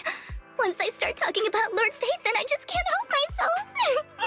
Look at the time! I suppose that's all for today, then.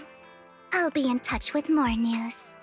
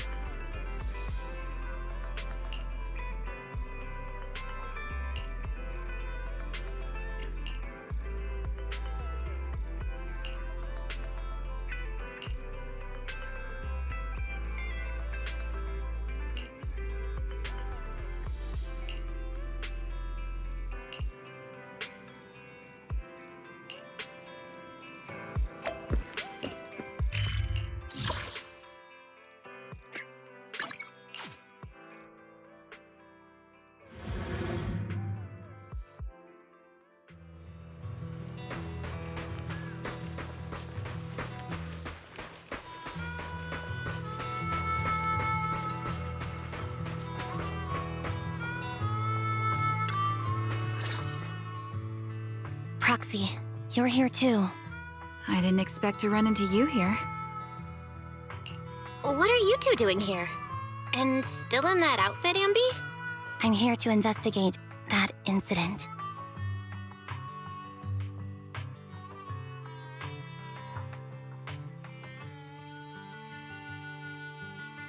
I've recently dug up some clues about the person behind the operation, but my key contact is ultra cautious and keeps demanding me to prove my identity. So, to gain her trust, I decided to meet her dressed like this. Now that everything is completely finished, this uniform doesn't really represent anything in particular. For me, it's just another outfit now. We all have to move on someday. I'm helping her. I want to make sure whoever's behind all this is caught. Ah, and who's this young lady? Her name's Vivian. She's my friend. We're here investigating a few things ourselves. Ambi, one of the Cunning Hair's most powerful members. And Trigger, an Opal Squad sniper. It's an honor to make your acquaintance. You know us? Looks like someone's done our homework. Is it because of the proxy? You two are practically celebrities. And because of my work, I've got loads of info when it comes to anyone with a name around New Eridu. I see. Seems you're handling your work well. Let's prepare to enter the Hollow. Unless you have any further questions, we'll be taking our leave now. You're going into a Hollow? Proxy, you plan on going in like that? Yeah, that's right. I've recovered quite a bit lately, so I don't need any protective equipment in the Hollows.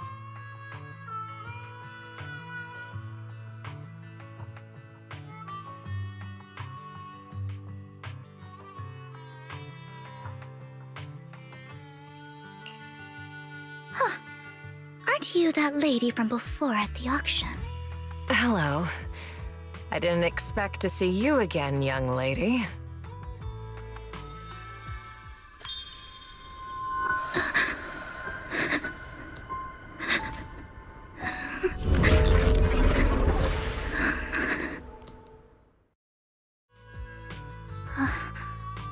Vivian, are you alright? You look depressed.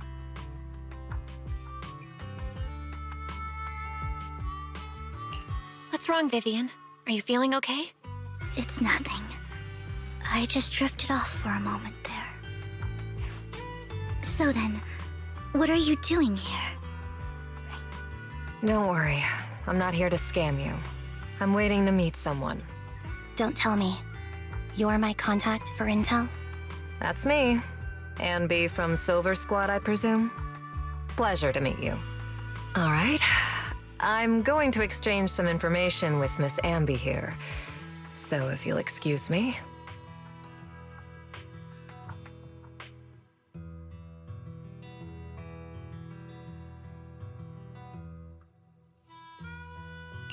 You're not looking so good. Everything okay? I can tell you later, but not right now.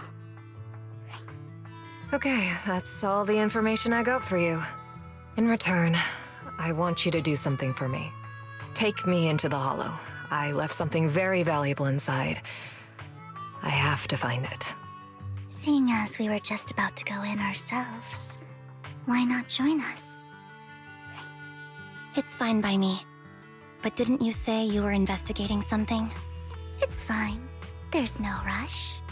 Right, Master Proxy. Huh? Yeah. There really is no rush. Sure, let's all go together. It'll be safer with more people and we'll find your missing item more quickly. Thank you.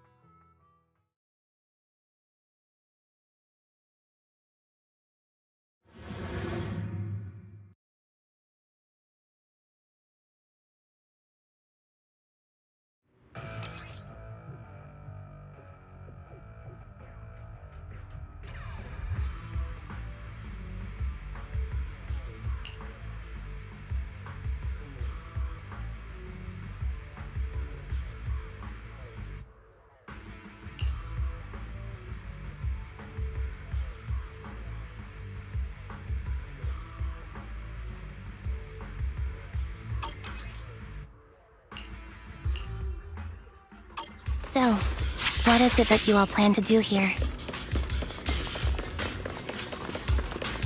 We are here to look for something too. Something extremely important. Focus! New Eridu's future may well depend on it.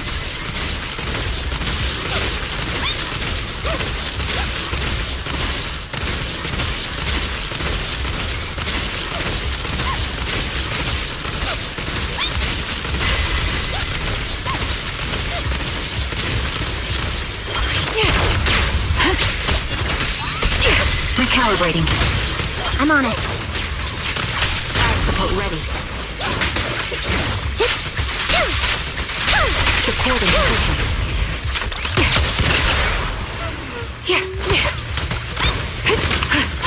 Adjusting for wind.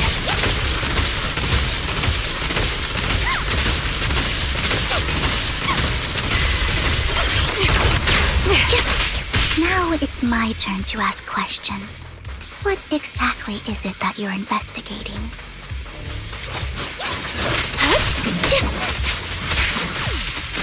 Since you're familiar with the name Silver, then you should know that it shouldn't exist anymore. One shot, one kill. Fire shot ready. What I'm investigating has something to do with it. Don't know. Huzzah! I'll pierce right through. The target's weary. Increase firepower. Adjusting for wind. Foxy, let's use that fissure to head to the next location.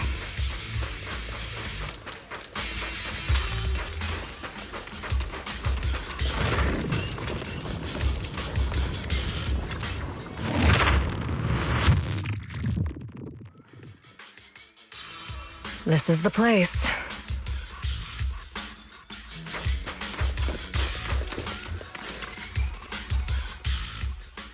So, what is it that you're looking for? A ring. I was excavating ether here before and accidentally lost it somewhere. Please, could you all help me find it? It has to be somewhere among all this stuff here. Sure, I'll start looking. I'll go with you. I'll stay here with her then. Thanks, but you don't have to worry about me. Go ahead and accompany the others. I'm sure it'll be faster that way. And sorry for wasting your time like this. I know it might sound strange, but I'll be so happy if my daughter grows up to be capable like you.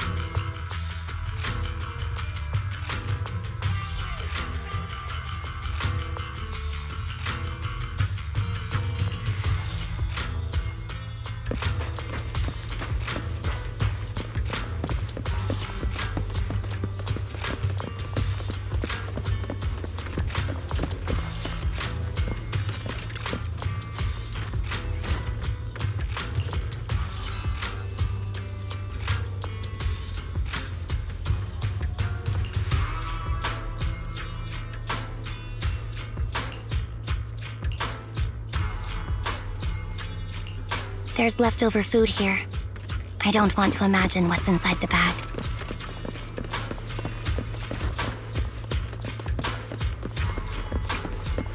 Neither do I.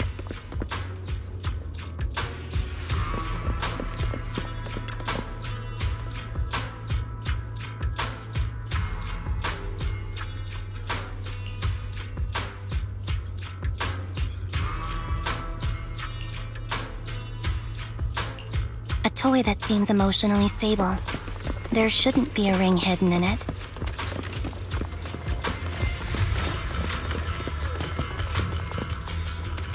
It's pretty cute.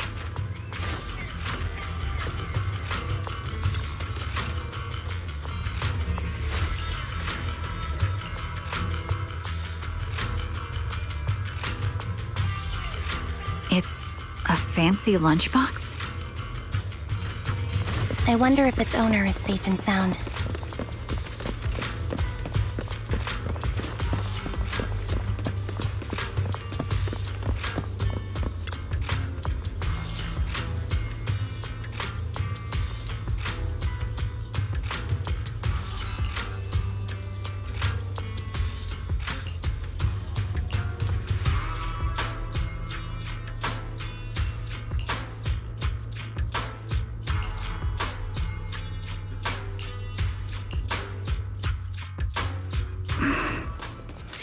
What's wrong, Vivian? You've seemed worried for a while now. Mind the blind spots. I'm worried about Sienna. The location should still be safe.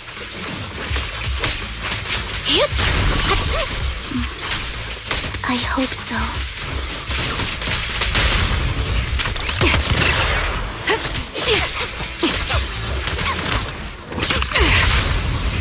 Awaiting order.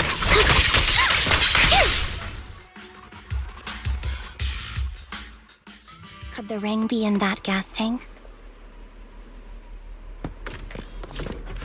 Good thing this gas tank is empty.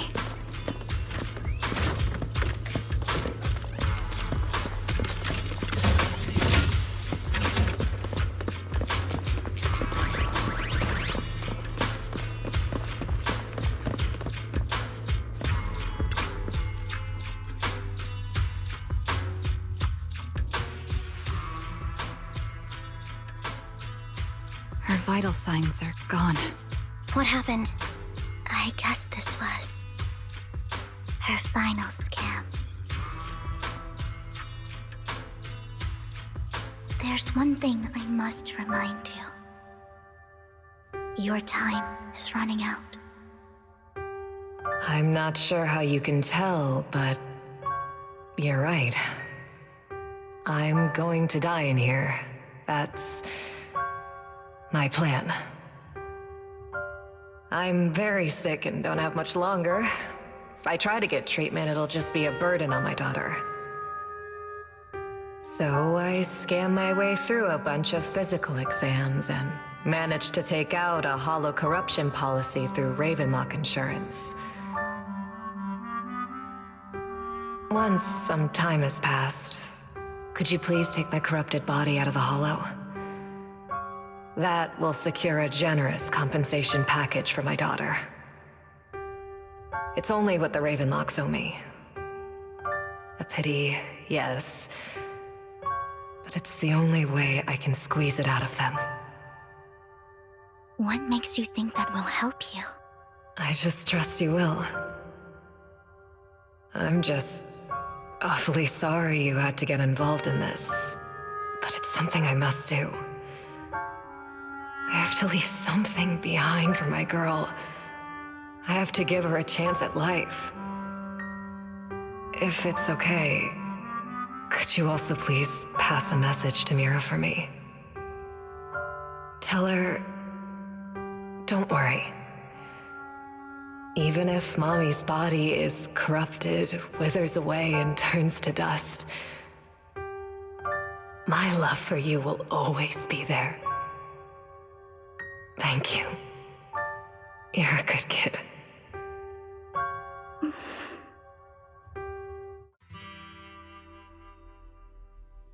She was betting that we'd help her. So, you were aware of this the whole time? Yes. Because I saw it.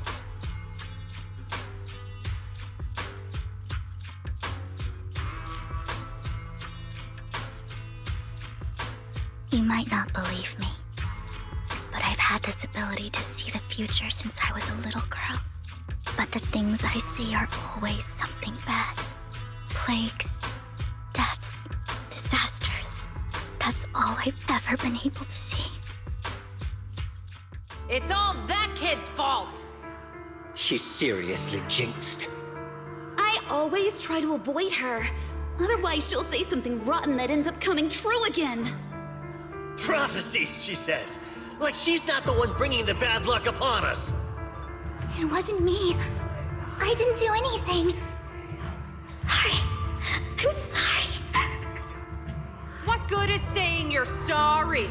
Things like this keep happening every time you open your mouth! How unlucky. She shouldn't be here. Nobody wants her around. If only she would just disappear. I just wanted to warn you all. I'm sorry.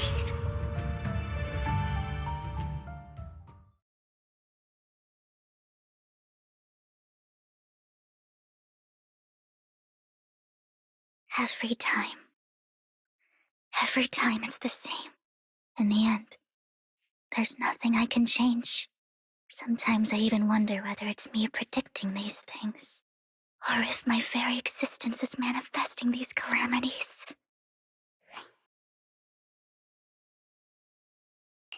Vivian, it's not your fault. You were just trying to be kind and warn them about impending disasters.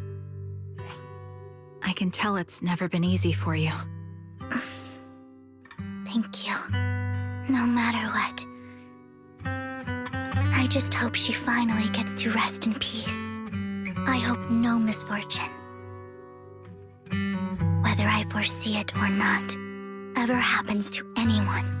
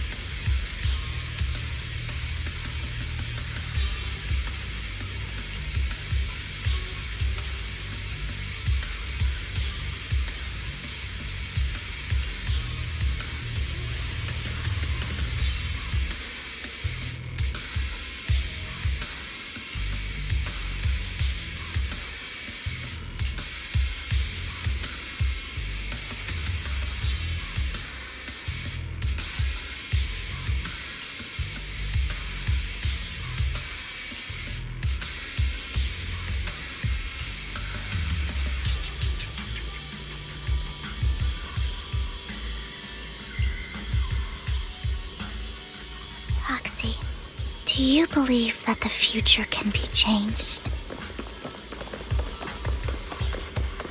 Whoa, that's kind of an out-of-the-blue question. Let me think. In my memory, this has happened countless times already. Leave it to me, Andy. Why can I only see these misfortunes? Why can't I even have a sliver of happiness?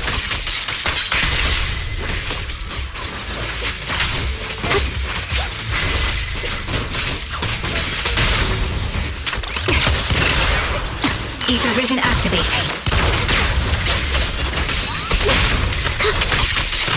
Reporting position.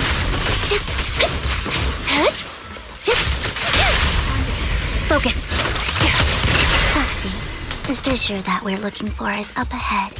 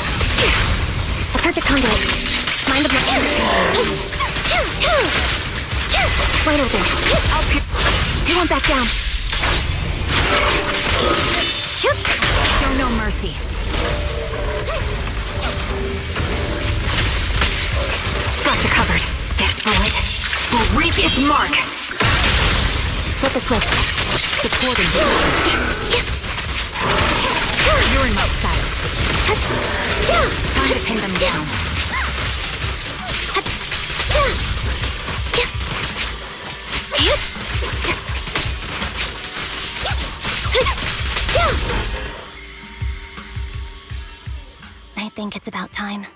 We should take that lady out of the hollow. You guys go on. Thank you. She gave us the intel we needed, so this is the least we could do. I hope everything else goes well for you. Master Proxy, is there anything you'd like to know? You can just ask.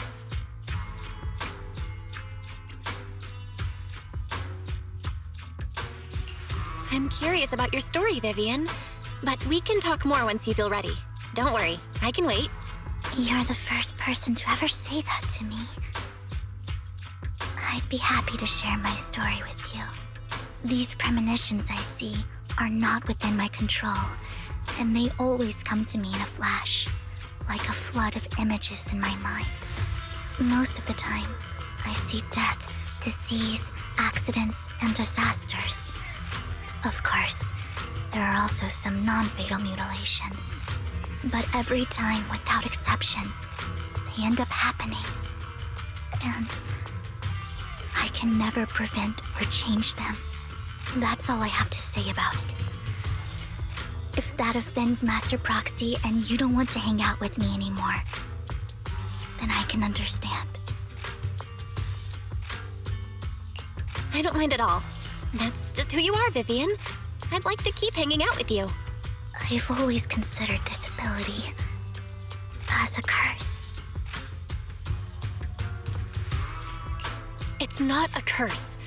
If anything, I think you've been given a gift. Thank you.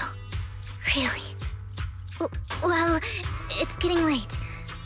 Bringer's belongings ought to be around here somewhere. Let's take a closer look. Into the previous clues, what Bringer left behind is hidden inside a vending machine.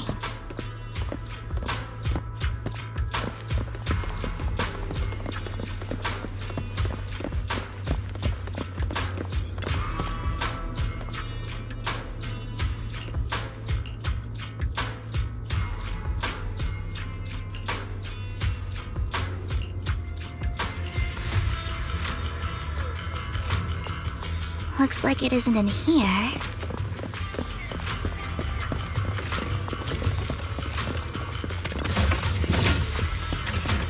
Let's try this vending machine. It might be the one we're looking for.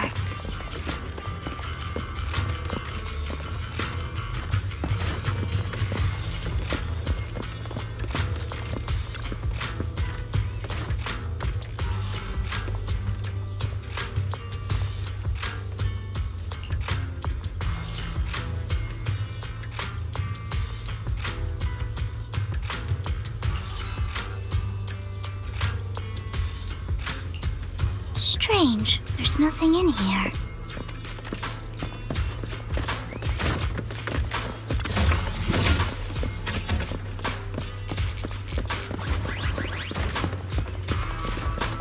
This vending machine looks a little suspicious too.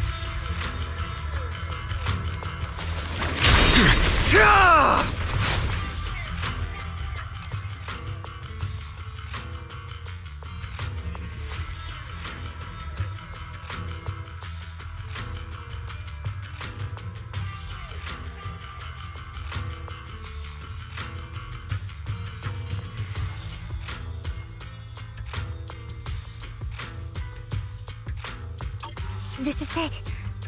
This notebook is what Bringer left behind. But I don't know what these markings on it mean.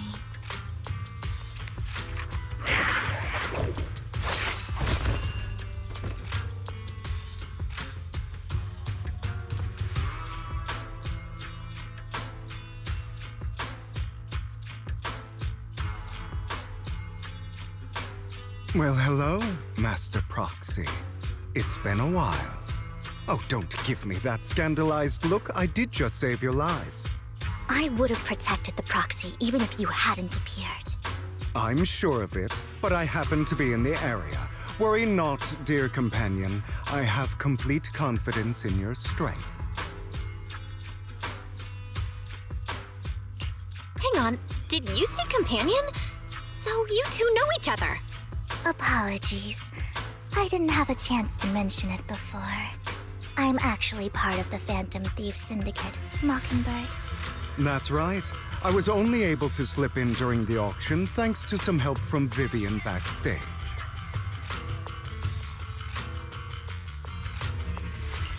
So, the whole time, you were only bidding on the collection so you could get backstage and mess with things? I warned you before. You can't rely on appearances. Don't worry, Master Proxy. We don't have any ulterior motives here.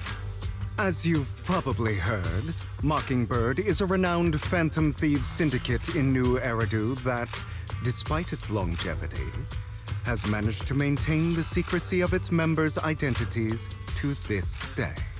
So, disclosing our identities to you is essentially the highest sign of good faith that a Mockingbird Phantom Thief can show.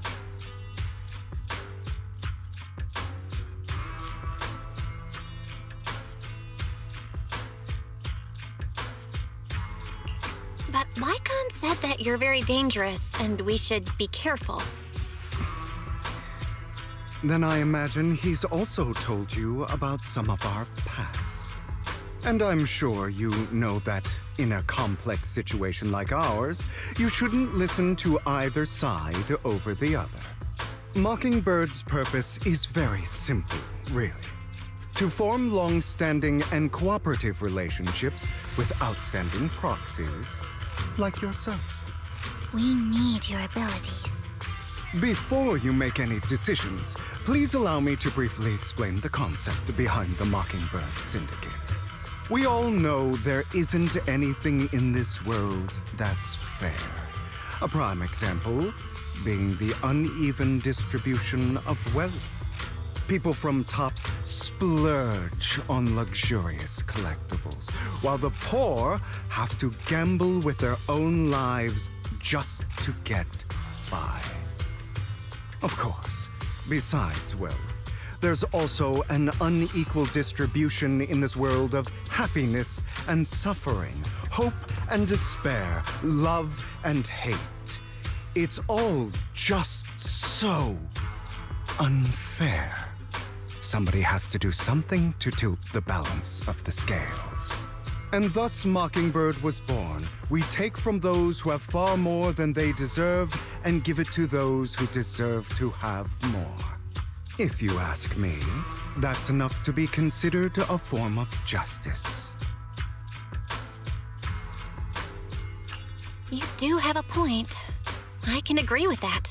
Thank you. I knew if anyone, you'd understand. However, aside from these philosophical considerations, we also have a crisis on our hands to deal with. As you know, the Exaltists are plotting to use the power of sacrifice to launch an attack on all of New Eridu.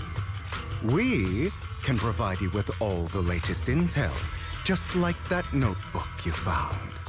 Something those pompous housekeepers would never be willing to do.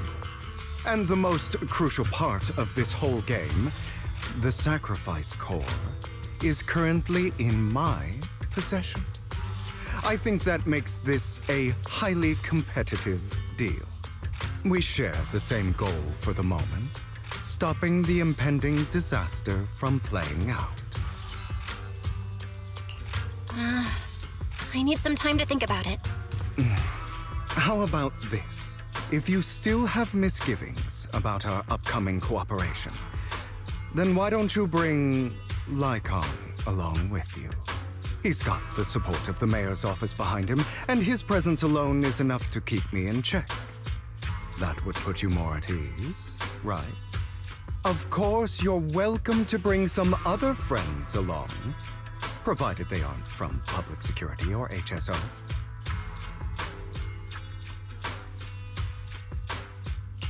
Well, if you're willing to let my friends come along, then you've got a deal. Great. It's a deal. By the way, Proxy, this is for you.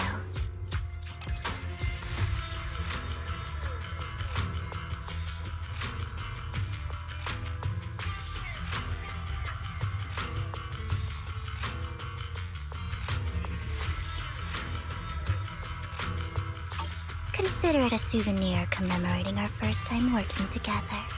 For now, we'll carefully look through the contents of that notebook. I'll contact you if anything comes up.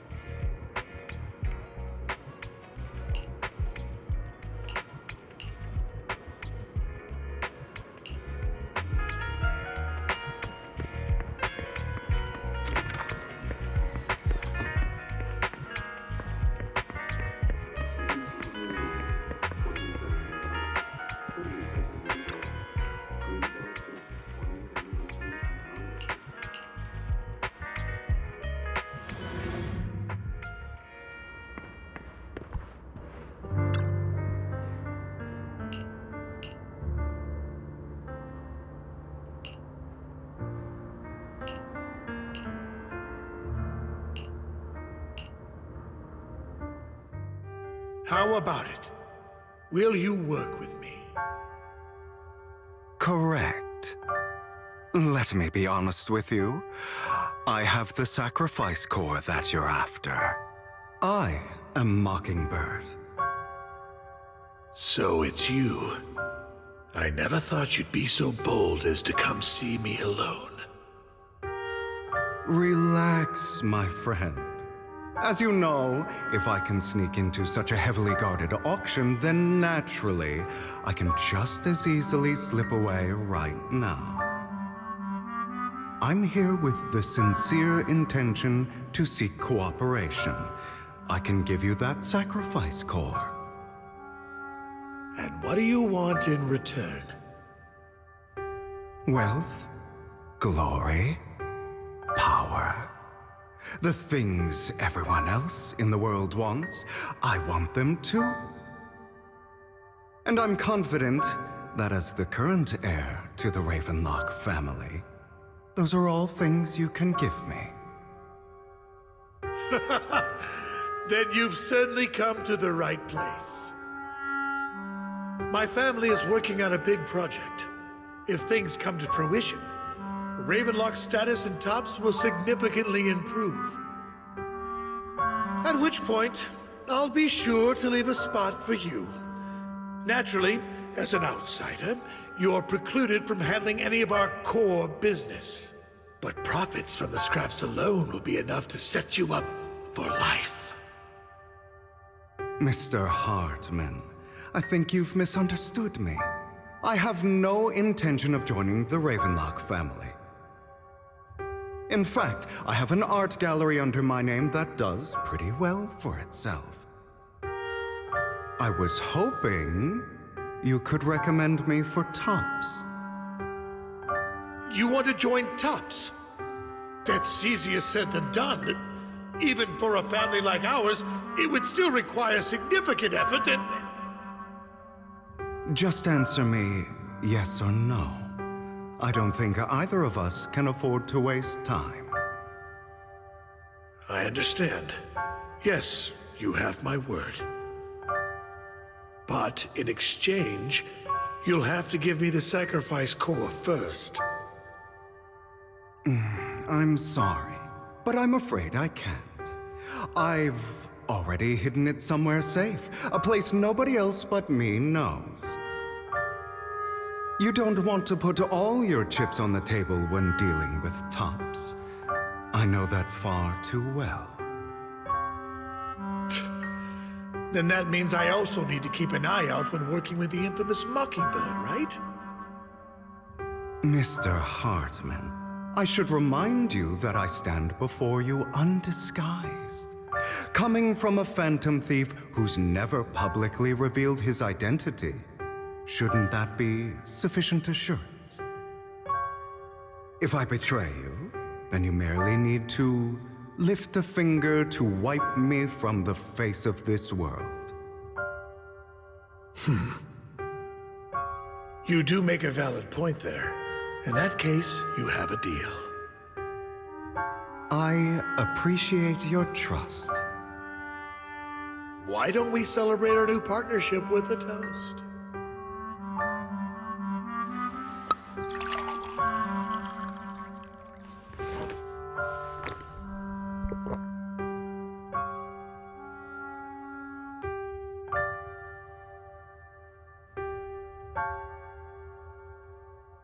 Having a drink before undertaking anything important is a family tradition.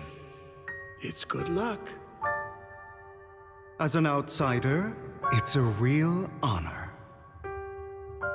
By the way, you aren't the only member of your organization, are you? Shouldn't all your companions agree to this deal first? You don't have to worry about that. I'll make sure she agrees. Otherwise, I'll get rid of her too. Seems you'll do whatever it takes to get things done. Great things lie ahead for someone like you. All right, let's leave it at that for today.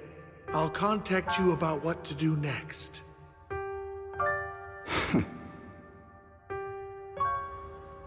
That's him! He's the one killed Serena! She was the only one who was ever any good to him, right? That's how he repays her? That's why they say once a mongrel, always a mongrel. Just look into his eyes. Father! We have to punish him! Serena had been ranking ahead of him. Hugo must have poisoned her water so he could pass her. Pure evil. Typical for an impure bloodline. He should have been kicked out ages ago. Hugo, did you do all this? Yes, it was me. I killed her. He admitted it! Father, he must be expelled. He has no right to live under the same roof as us. Why don't we reunite him with Serena then? Nobody would ever know. Hugo, well done. My children, how many times have I told you before? In this world, only the most ruthless, cruel, and unscrupulous of people ever make it to the top. Like Hugo here, who was willing to murder his only true loved one without a second thought. Only someone with the means and the gumption to do that is qualified to be my heir. But I... It's all over now, and the results are obvious. The winner of this month's assessment is Hugo. As for the rest of you, go to the usual place for the punishment you deserve.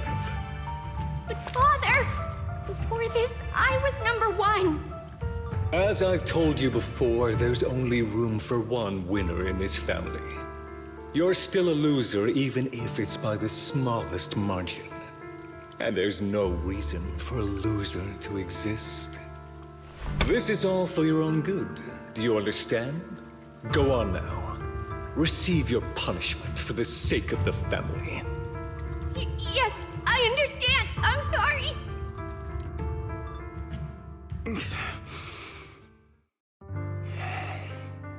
That really brought up some unpleasant memories.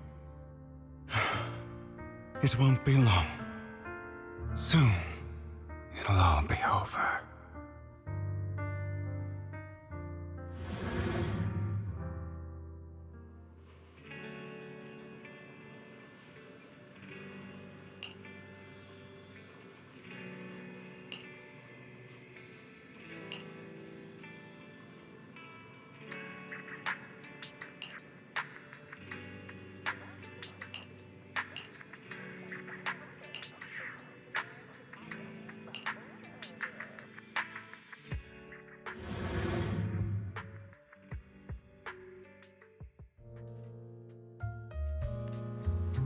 Thank you for escorting me here, Proxy.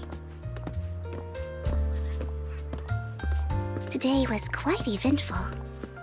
If I were to head back now, I probably wouldn't be able to fall asleep.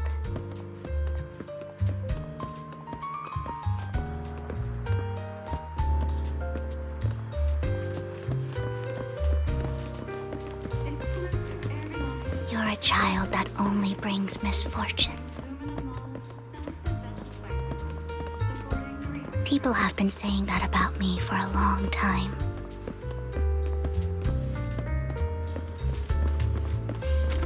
I used to feel hurt and resentful. But now that I think about it, it's perfectly normal for people to react that way.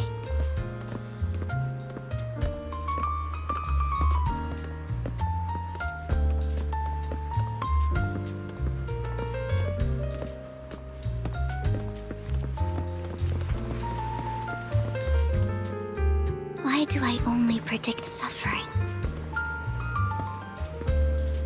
If I could predict happy things, joyful things, would people like me a little more?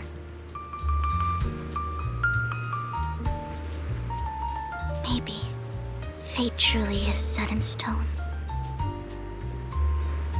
Often, I want to help these people avoid their miserable fates.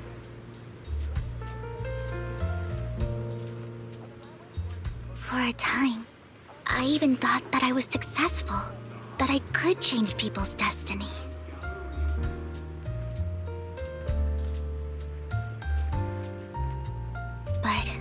it was all an illusion. In the end, I couldn't do anything at all.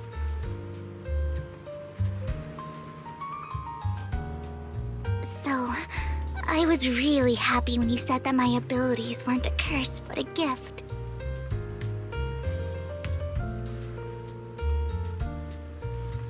Thank you, Proxy. I'm so glad to have met you.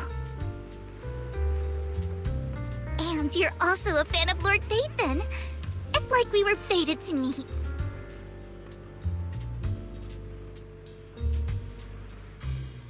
I don't know why, but I feel completely at ease when I'm by your side.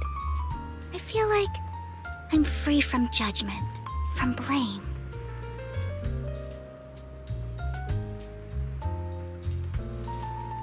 Like, I don't need to worry about anything, and can just be my own true self.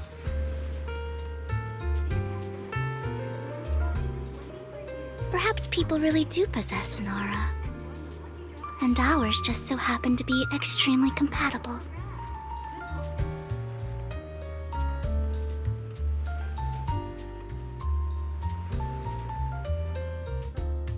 By the way, you asked me before about Hugo. I don't really know much about him. He rarely ever talks about his past.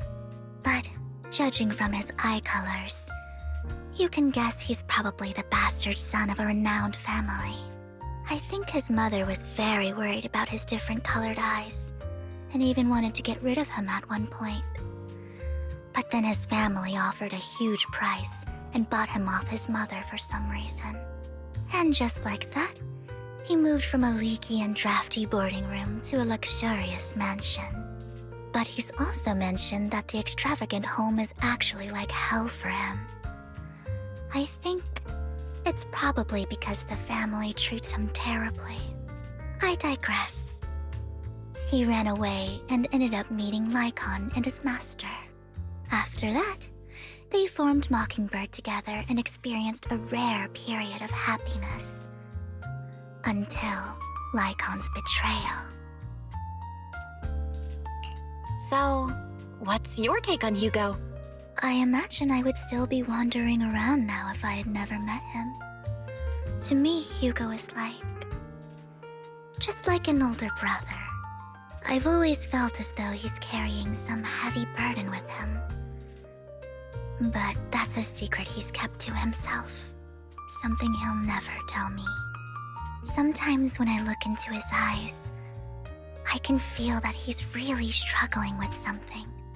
Even though he may say some extreme things, Hugo really isn't a bad person. I think one day he'll tell me his secret.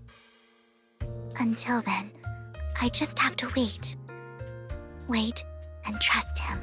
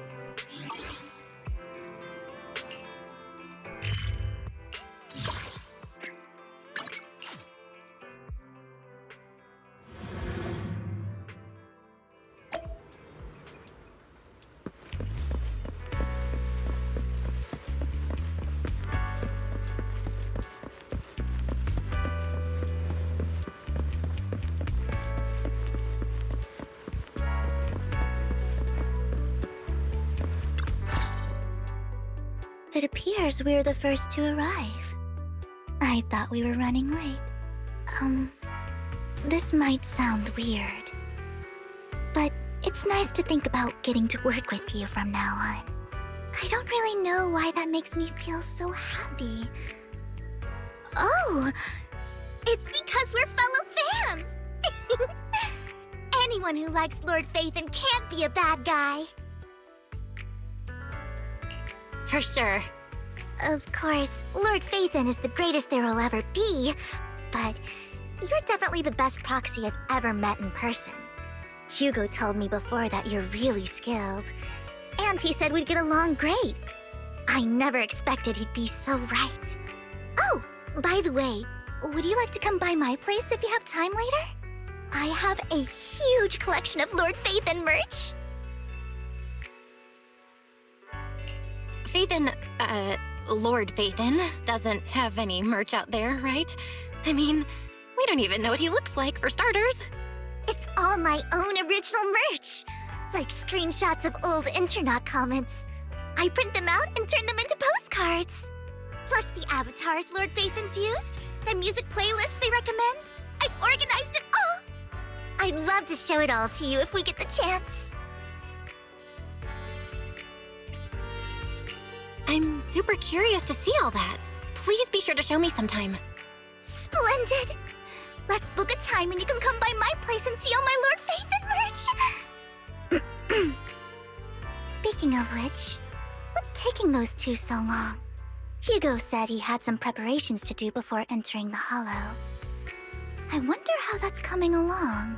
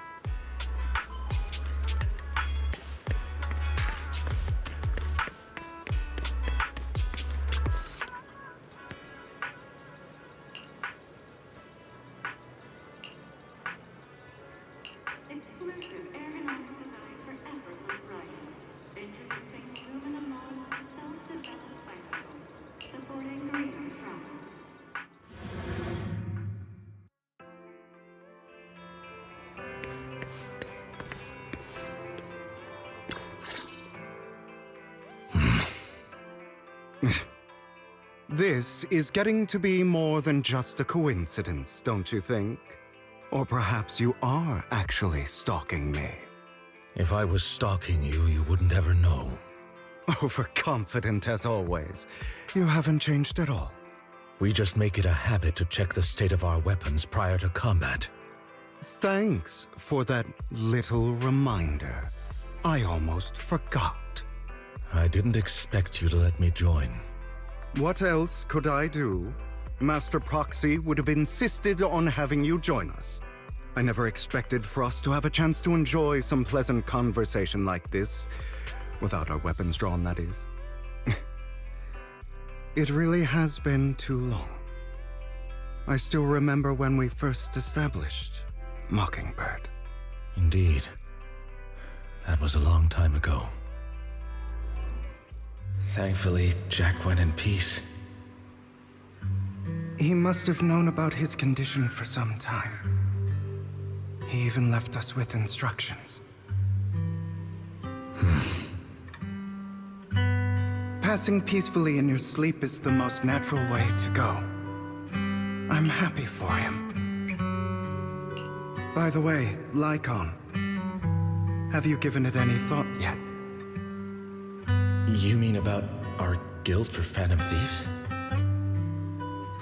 Yeah. It's time for us to build an organization of our own. Jack always supported the idea, didn't he? I don't have any objections.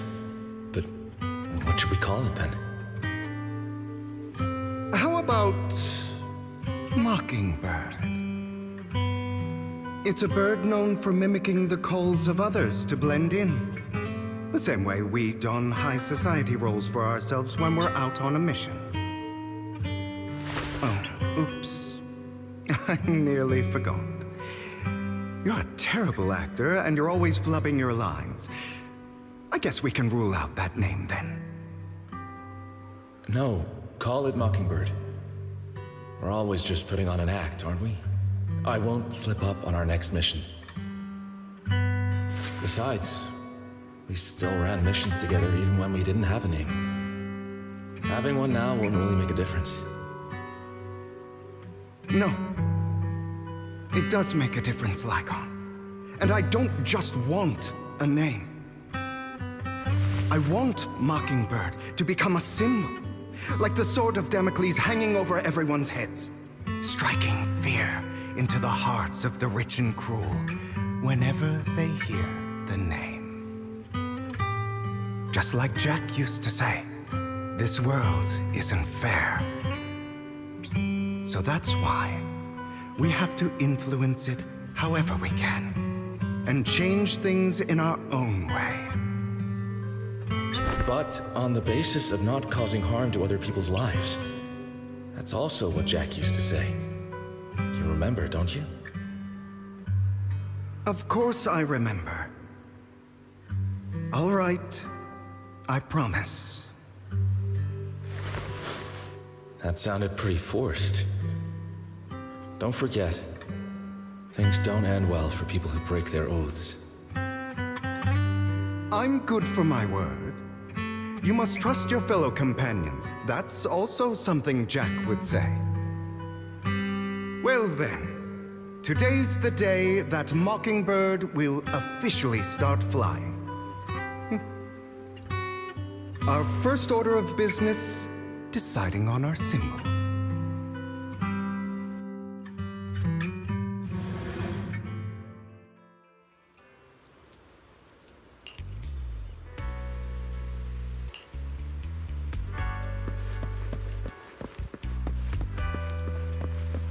Looks like we're all here. Hugo, you're late again. Do forgive me. Someone was pestering me and wasting my precious time.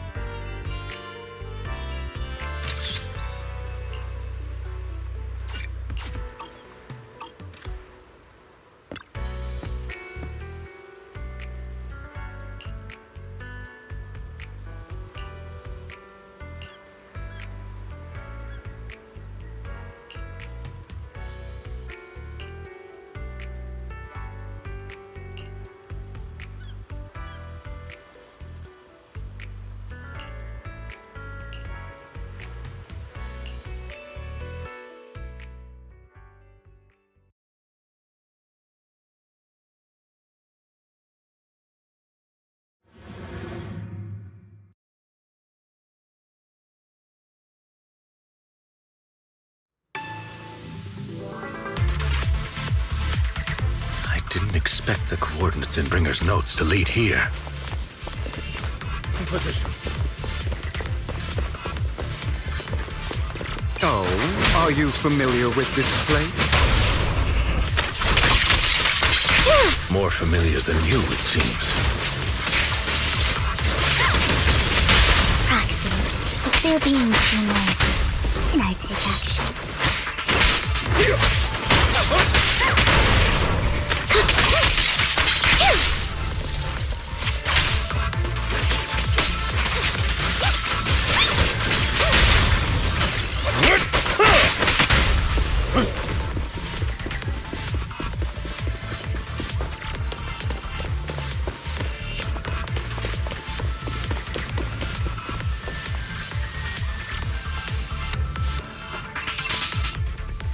I don't enjoy obstacles in my path.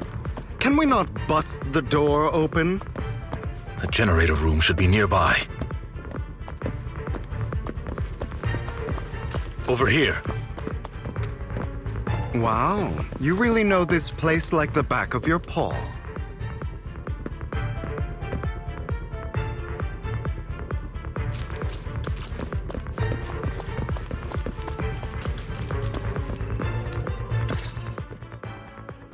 Master Proxy, I hate to be the bearer of bad news, but there's something wrong with the circuit. It seems to be blocked. Don't tell me. Victoria Housekeeping's high and mighty attendants can't even fix a simple circuit. I can fix it, but I'll need a circuit diagram before I can do anything. I've seen diagrams for this type of circuit before. It's a pity that we're unable to connect to the outside world from inside the hollow. Just leave that problem to me. Vel, I just sent an image of a circuit diagram to your phone. Check if you received it. Thank you very much, Master Proxy. Now then, let's start repairing this circuit.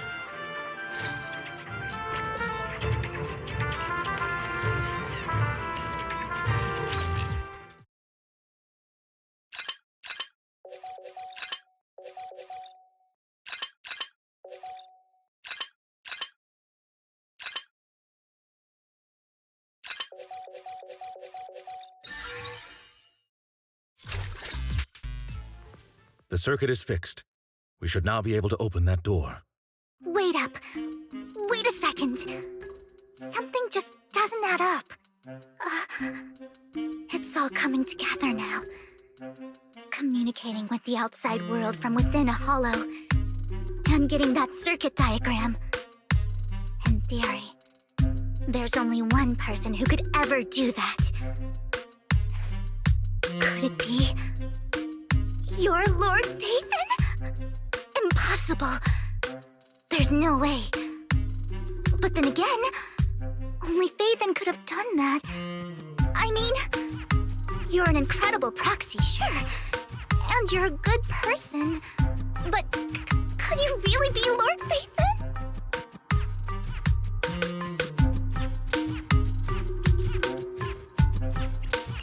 That's me. I'm Phaethon.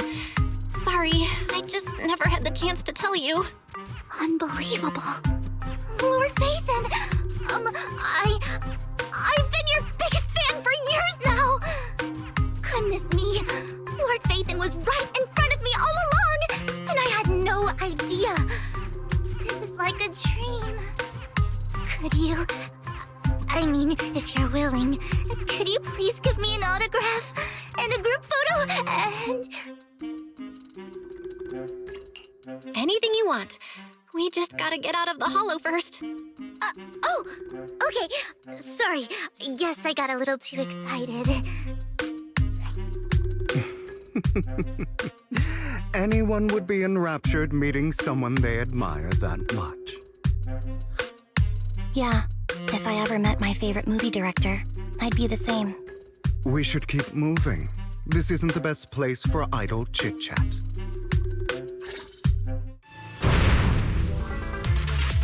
The door's finally open.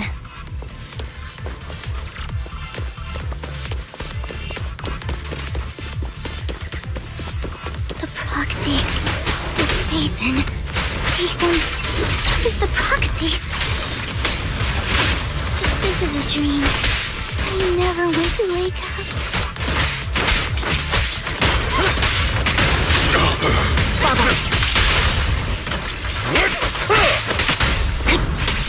Dog strategy.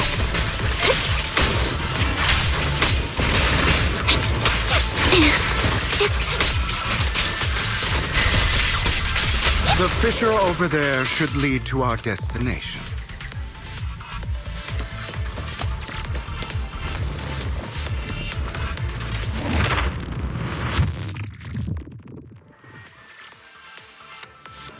There are more ethereals around.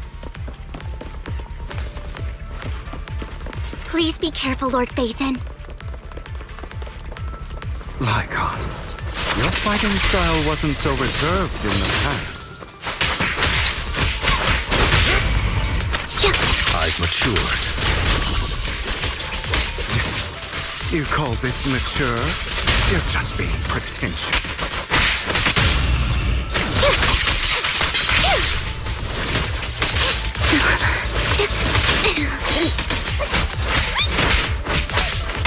Copy.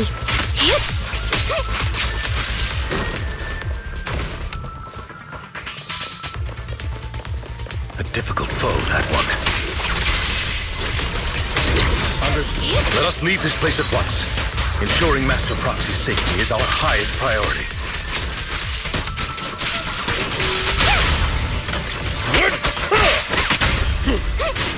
I won't let anything happen to you, Lord Phaethon.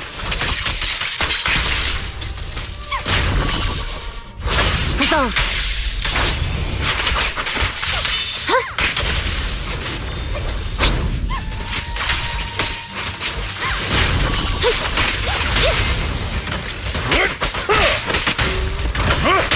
With this power... Lord Phaethon, how are you feeling?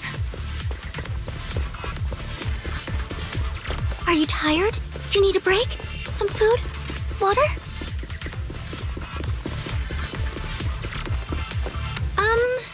Thank you for your concern.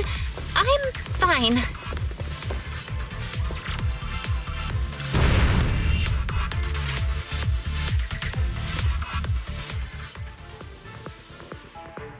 Master, a complex mechanism has been detected ahead. To pass through, you need to activate all 3 smaller mechanisms. Suggestion: split up and handle them simultaneously to save time.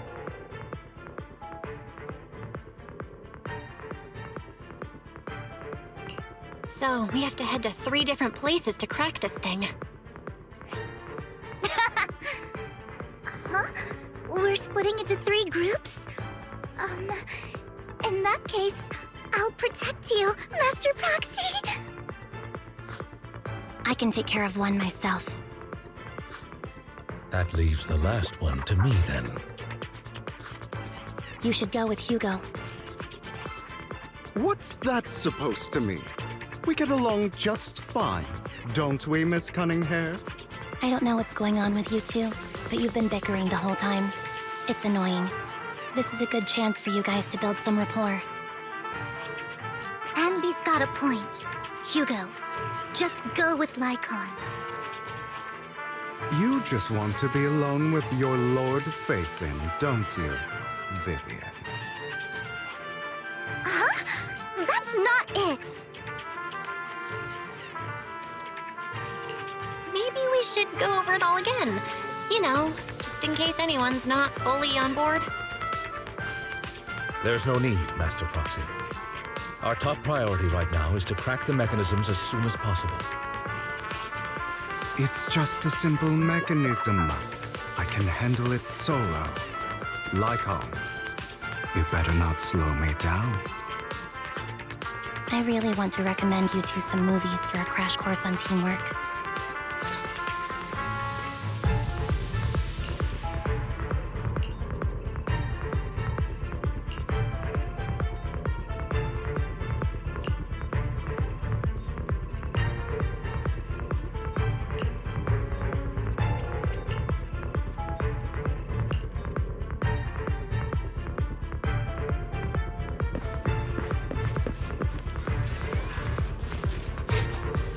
Lord Phaethon, There are too many ethereals here.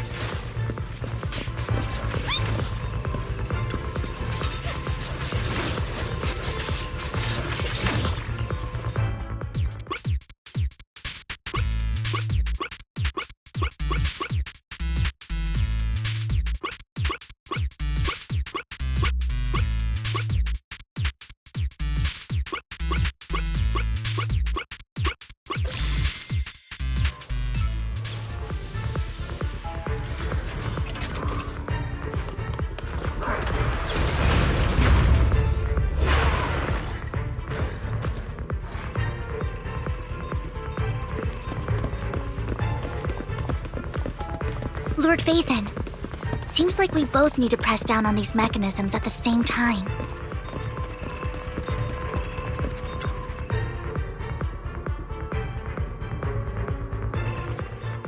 Sure enough, Lord Phaethon and I share a deeper connection. Sorry, I hope I'm not being too forward. Goodness me, somehow I'm fighting alongside Lord Phaethon. It's like all my dreams are coming true. I'm going to wake up any second now, aren't I?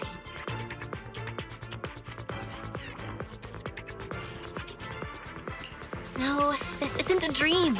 I'm real, see? You can even hold my hand.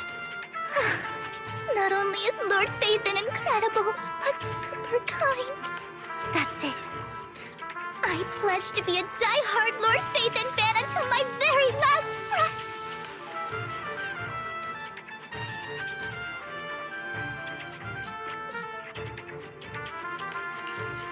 I'm happy to hear that, don't get me wrong. But why do you like Phaethon so much, Vivian? Lord Phaethon is my light. The one who saved me in my darkest and most desperate times. Like a deity who rescued me. You probably don't remember, but you really did save me that day. Wow, it's so embarrassing to say all this in front of you. Sorry, I hope I'm not bothering you too much. Of course not. Thank you for your loyal support. I should be the one thanking you.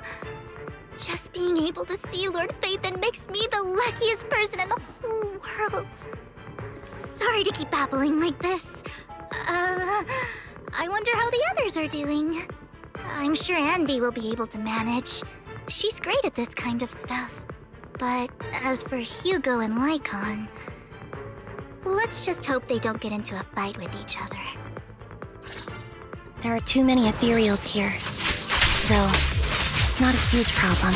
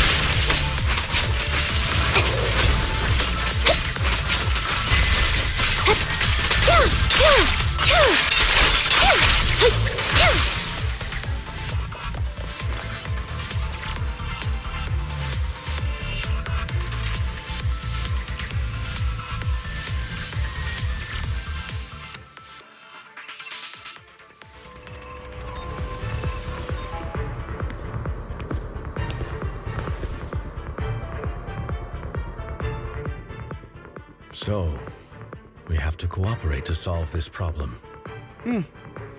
That's a real shame. I have no intention of arguing with you right now. Master Proxy and Miss Vivian are elsewhere, and we must rendezvous with them post-haste. What a coincidence. That's exactly what I was thinking. Just this once, we should trust each other. For the Proxy. I have no objections. Very well. Then you'd better keep your word. I know you've never fully trusted me, Lycon, even before it all fell apart.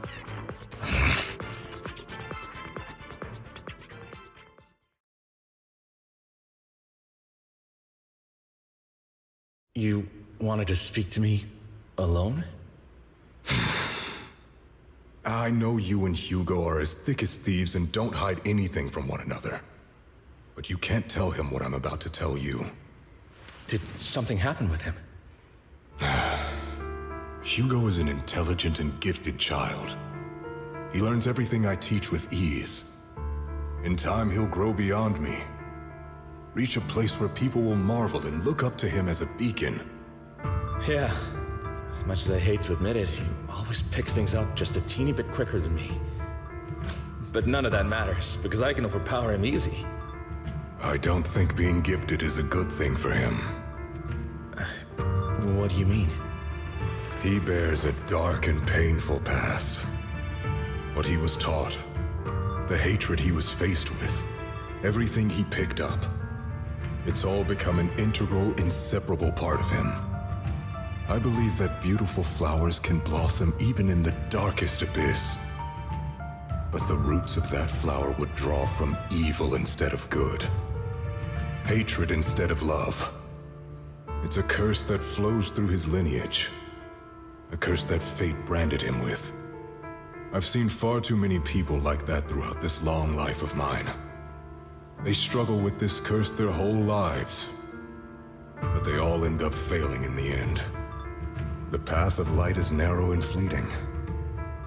And the darkness is filled with such temptation that dropping your guard for even just a moment can send you spiraling straight into the abyss. Do you mean Hugo's going to be a bad guy? I don't know. I hope he'll always stay true to his heart. That he won't give in to hatred and ambition. That he won't become the dragon that must be slain. But he has inherited the seed of evil.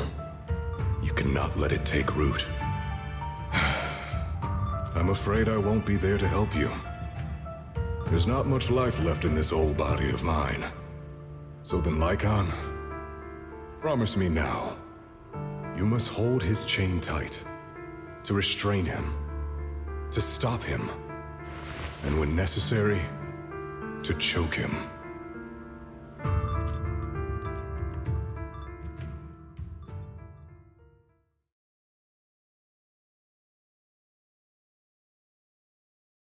You've become slow. Or maybe you've been on guard against me this whole time, and that's what's slowing you down. Looks like I was right. Lycon, I hope you're aware that the one who betrayed Mockingbird and went to work for the Mayflowers was you, not me. I would never betray my companion. I don't wish to repeat myself, but you should not break our oath. That's the path I've chosen, and I'm going to stick to it. But you know that path will lead you the wrong way. Who are you to lecture me about right and wrong? I believe any path that makes you feel pain must be the wrong one. Your disgusting sympathies make me sick, Lycon. There's only ever been one person who can kill me or save me, and that is me.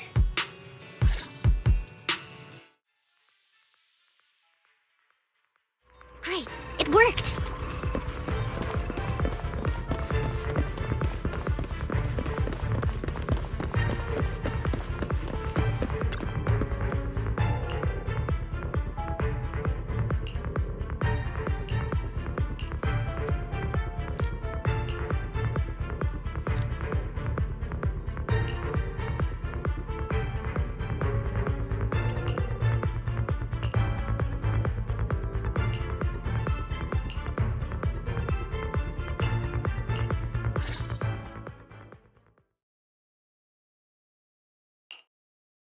That was loud. What's happening up ahead? Hold on, everyone. I'll go check it out. It's probably multiple ethereals attacking. Just in case, I'll go with you. Vivian, you should go with them too. Keep an eye on Lycon, will you? I'm worried he might sell us out to the mayor when he gets the chance. I'd never do that. But if Miss Vivian wishes to join us, she's more than welcome. Okay, then I'll go with you.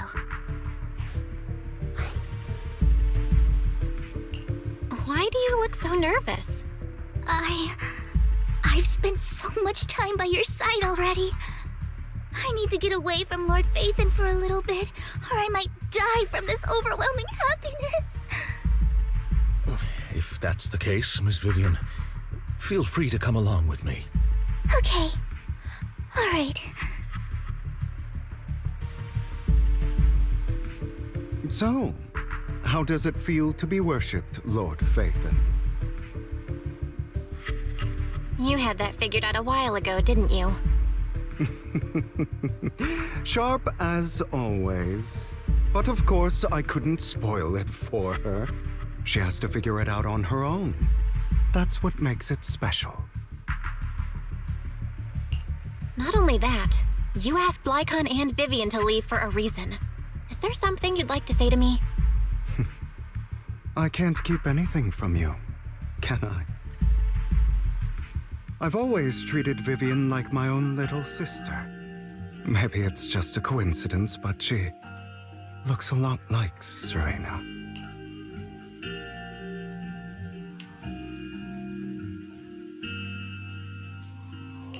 I think I mentioned it before. Serena was my half-sister. She passed away a long time ago. Vivian adores you. Whether you're Phaethon or just Belle. Of course, I also have a lot of respect for someone like you. Strong, fair, and genuinely kind. So I hope... I beg you, please keep her safe. Hang on. What's that supposed to mean? Think of it as the last bit of conscience I have left. A kid as pure as her. She should stay alongside someone who walks in the light. Like you. Not even Vivian can agree with all my beliefs. One day we'll go our separate ways. Your beliefs? What do you mean exactly? You probably heard from Lycon. We swore an oath when we started Mockingbird. We swore to use our own hands to right the wrongs in this world. But never, under any circumstances, would we take another human life. I stayed true to my words. Until my father, the man I hated, stood right before me. I could have ended his life easily, but I hesitated. I remembered that damned oath and their repeated attempts to convince me I didn't do it. Because of that, innocent people died. All because of him. If I'd killed him first, then none of those tragedies would have happened. People like him don't deserve to live. After that, I realized sometimes taking one life really can save countless others. I understand where you're coming from. I knew you'd understand. Vivian has a good heart. I don't want her to get her hands dirty. But you know how it is. In this world, someone has to be the bad guy. So, I want to apologize to you. Why apologize all of a sudden? You're incredibly strong, kind, capable, and really, really lucky. The world needs more people like you. Remember that revenge movie I told you about, Children of Devils? I still haven't found it, but I came across another videotape with the same name. Turns out, in that story, the children of devils are actually the children of gods. Sorry for rambling. Hope you don't mind. They should be back soon. Please, look after Vivian for me.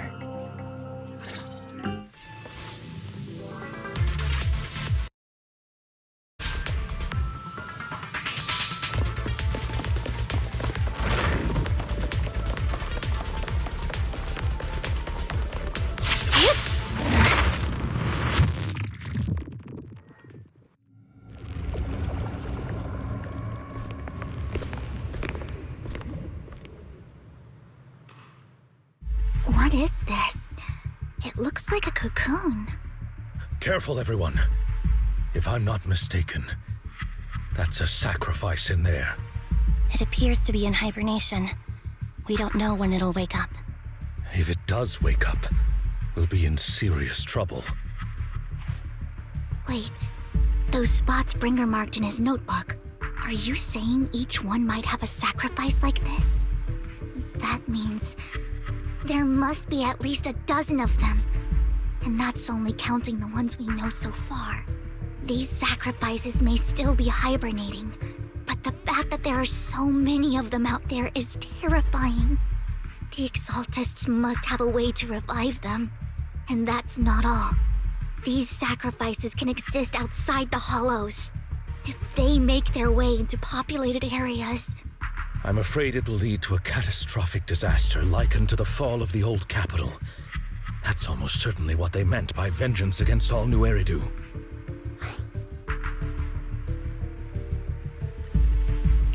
Let's find a way to get rid of these sacrifices. We can't let the Exaltists have them. Thank you for helping me find this sacrifice. But sorry, kids. You won't be the ones to keep it. It's that annoying old man. Why is he here? I'd advise you to choose your words wisely, young lady. You're from the Ravenlock family. So it was you. That face. Oh, I know you. I heard about what happened to your friend. Truly unfortunate. If only she'd been smarter. It seems your goal was this sacrifice all along. You've been tailing us, haven't you? Keeping your distance so that I wouldn't notice. As expected of a Wolf Thyran, you are very perceptive. That's right. All thanks to your ex-partner, we were able to carry out our plan smoothly. My ex-partner? I'm not exactly happy being called that, but what he said is true.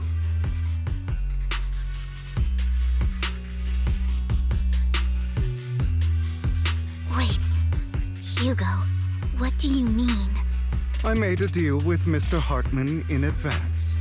So, would you kindly step aside and let us have this sacrifice? Of course, you can choose to refuse, but if you do, then I'll have to take coercive measures.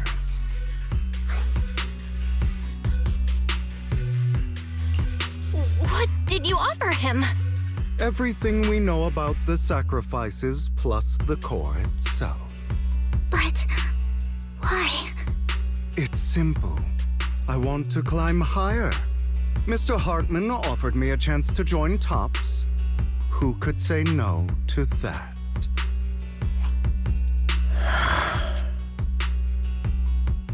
No. Impossible.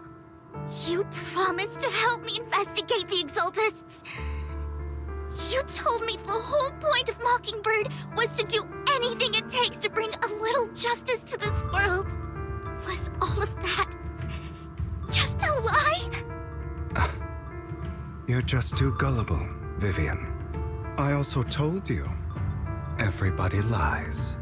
To hide their true intentions, people lie so smoothly, they don't even bat an eye.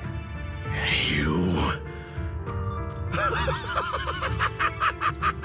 What a wonderful show of betrayal and backstabbing! Bravo! I've got no interest in your little feud. But would you all be so kind as to step aside? My men still have some delicate handiwork to do. To extract that sacrifice behind you. Over my dead body. Hugo, why in the world would you do that? Instead of wasting your time on idle chatter, why not focus your energy on the battle ahead?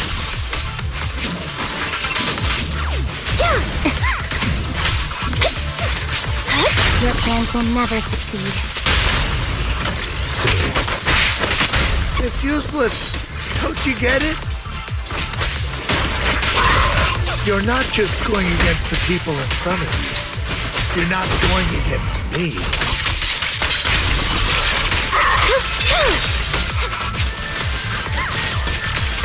Rather, the entire Ravenlock family, even the whole of Tops.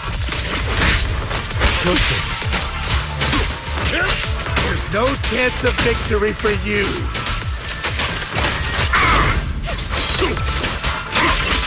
Fall back.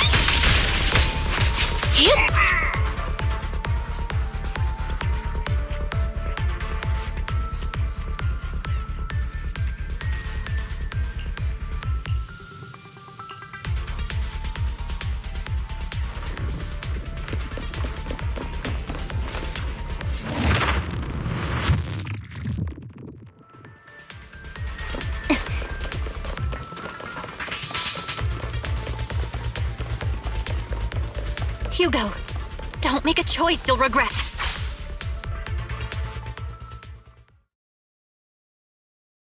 Oh, you guys are such a pain. Hugo, stop standing around. Time for you to act. We had a deal. Give me the sacrifice core now. Did we? I don't remember. I imagine this is your favorite kind of entertainment. Watching allies betray each other, suspicion festering until it all turns to bitter hatred. Seeing people tear each other apart like wild beasts, just like your decaying family. Does it comfort that dead conscience of yours? You. What's that supposed to mean? I am loving the look on your face right now. Right when you think you've succeeded, I'm here to tell you it was all fake. None of it was real. Let this pain sink in. It's karma for what you did to me back then. You're insane. I have no idea what you're talking about. You still don't recognize me, do you? Let me give you a little hint. My full name is Hugo Vlad Ravenlock. That's impossible. You're part of our family? I may be an illegitimate child, but I have the same blood flowing in my veins as you. I know you. You're that bastard of his. Damn it. I could have sworn you were already. My dear uncle, you were never worthy of your position. You have no claim to the Ravenlock lineage. You may have killed all of my father's other children, but sorry to disappoint, I'm still alive. I am the true heir to the Ravenlock family. You're a bastard. You have no right to inherit the family. That's not for you to decide. Master Edmund is very supportive of my claim. Edmund? That's impossible. You weaseled your way into Top's inner circle? Master Edmund doesn't care who achieves his goal. In other words, he'd happily let me take over the Ravenlock family, as long as I'm more competent than you. This can't be! You don't know the family's real secret! I know a lot more than you think, including everything that you've done. Just give up. You never even stood a chance. Damn it. This was all fake, right? You were just putting on an act to fool this old man, right? I actually fell for it. Don't do that again. At least give us a heads up next time. Vivian, everything I did was to rightfully inherit the Ravenlock family. That part is true. Now, I'm going to kill this man who stole what was never his. I'll make sure he can never be a threat again. You can't kill him. We still need information from him on the sacrifices and the Exaltists. You must be misunderstanding something, Lycon. Just like you chose the mayor, I chose Tops. At least for now, Tops has the same interests as me. I'm not going to harm my own self-interests. Be it intel on the sacrifices or the core itself. I'm handing everything over to Master Edmund. Why? I just want to take back what's mine. If fate is not willing to give me justice, then I'll just have to seize it with my own hands. Stealing, robbing, lying, or betraying. I'll do whatever it takes. Even if it means selling your soul to the devil? You know about the power struggle between Tops and City Hall. Those elites at Tops would be only too happy to see the Exaltists plotting a grand attack on New Eridu using sacrifices. That would severely harm the Mayflower's reputation and approval rating in New Eridu. And that's exactly what Tops wants to see. If that happens, countless people will die! I'm sorry it has to be this way, but I have to do this. I'm going to get everything Master Edmund wants, inherit the Ravenlock name, climb to the top, and then I'll be able to change everything for good, for a permanent and absolute victory. We must endure the pain of cutting away rotten flesh, and persevere through the darkest hour before dawn. Someone has to do it.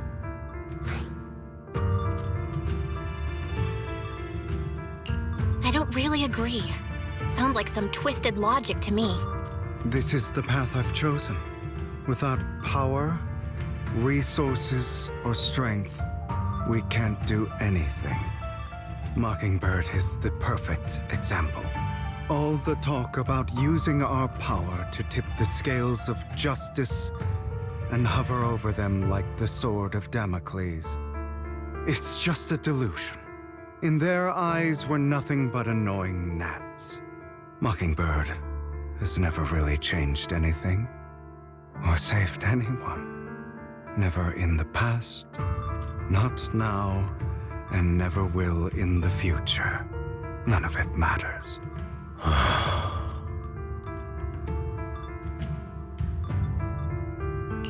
But even so, you shouldn't become the kind of person you hate. Sorry, Proxy. I know what you're trying to say. But this isn't some children's story of a dragon slayer becoming an evil dragon. Sometimes, to slay the dragon, you must first become one. With sharp claws, rending fangs, and strength enough to destroy anything. So I will bloody my hands. I will carry the weight of my sins. I will become the abyss.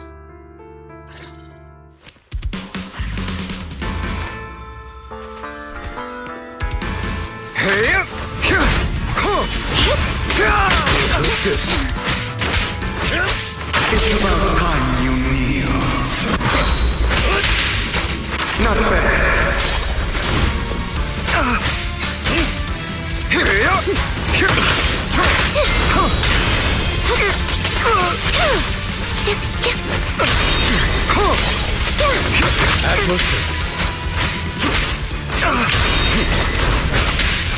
It's that all.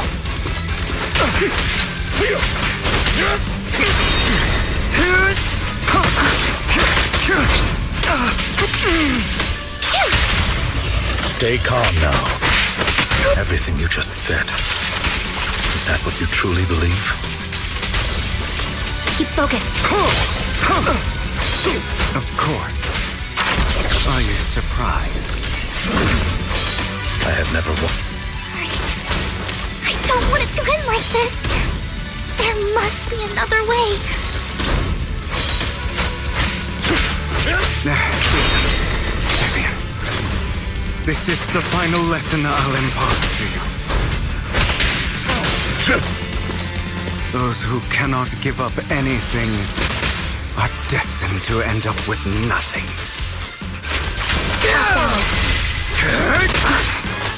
What's it?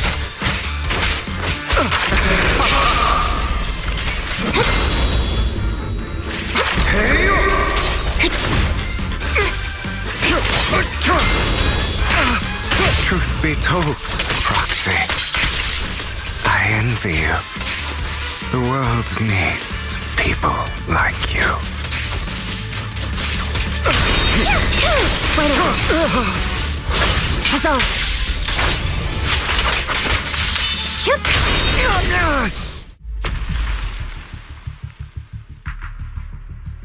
All right, you got me. But too bad. I have my own methods. What are you doing? Well then, make your choice. The sacrifice core, or your precious Faithin. I know you took it. Don't forget, I'm the one who taught you that. Okay, the core is yours. Just leave Lord Faithin alone. What a shame. Did you really think I'd keep my promise? That's right. This is the real me. What's the matter?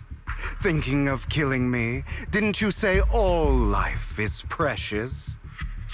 Drop your foolish facade. I knew it. You... He has inherited the seed of evil. Do not let it take root.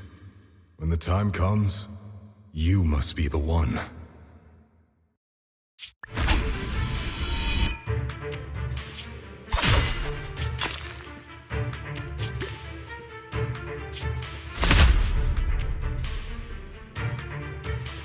Go on, kill me.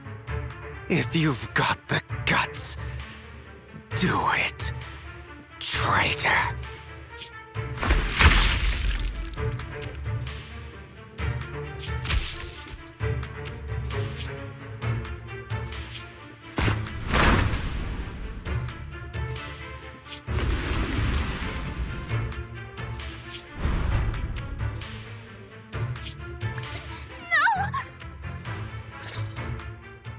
Master Proxy, are you okay? Are you hurt? Don't worry, I'm fine. I just never thought things would turn out like this. Lord Faithin, I'm sorry. I had no idea Hugo would do that to you. I'm so sorry. It's all right. No matter what, this isn't your fault, Vivian. If only I'd noticed sooner. I should have realized earlier.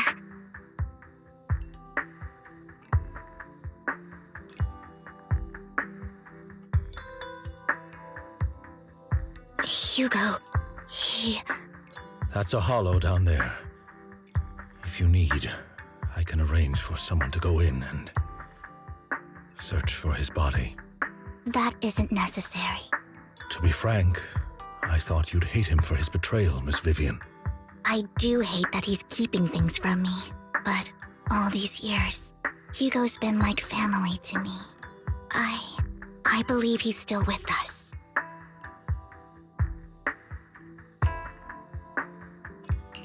He was hurt so badly. I'm afraid, even before he fell into that hollow, he might have already... I'm terribly sorry, but I must tell you, it is impossible for Hugo to be alive. My hand went through his heart. Sorry to interrupt, everyone. But just so you know, Hartman's gone. Probably slipped away during all the chaos. I'm sorry, I was so focused on Master Proxy's safety. I wasn't paying attention to him. Same, but it doesn't matter. We all know what he did. And he will pay for what he did today. Yes. I'll be reporting all of this to the mayor. He's not getting away with this. Well then, now that it's all over, let's head back.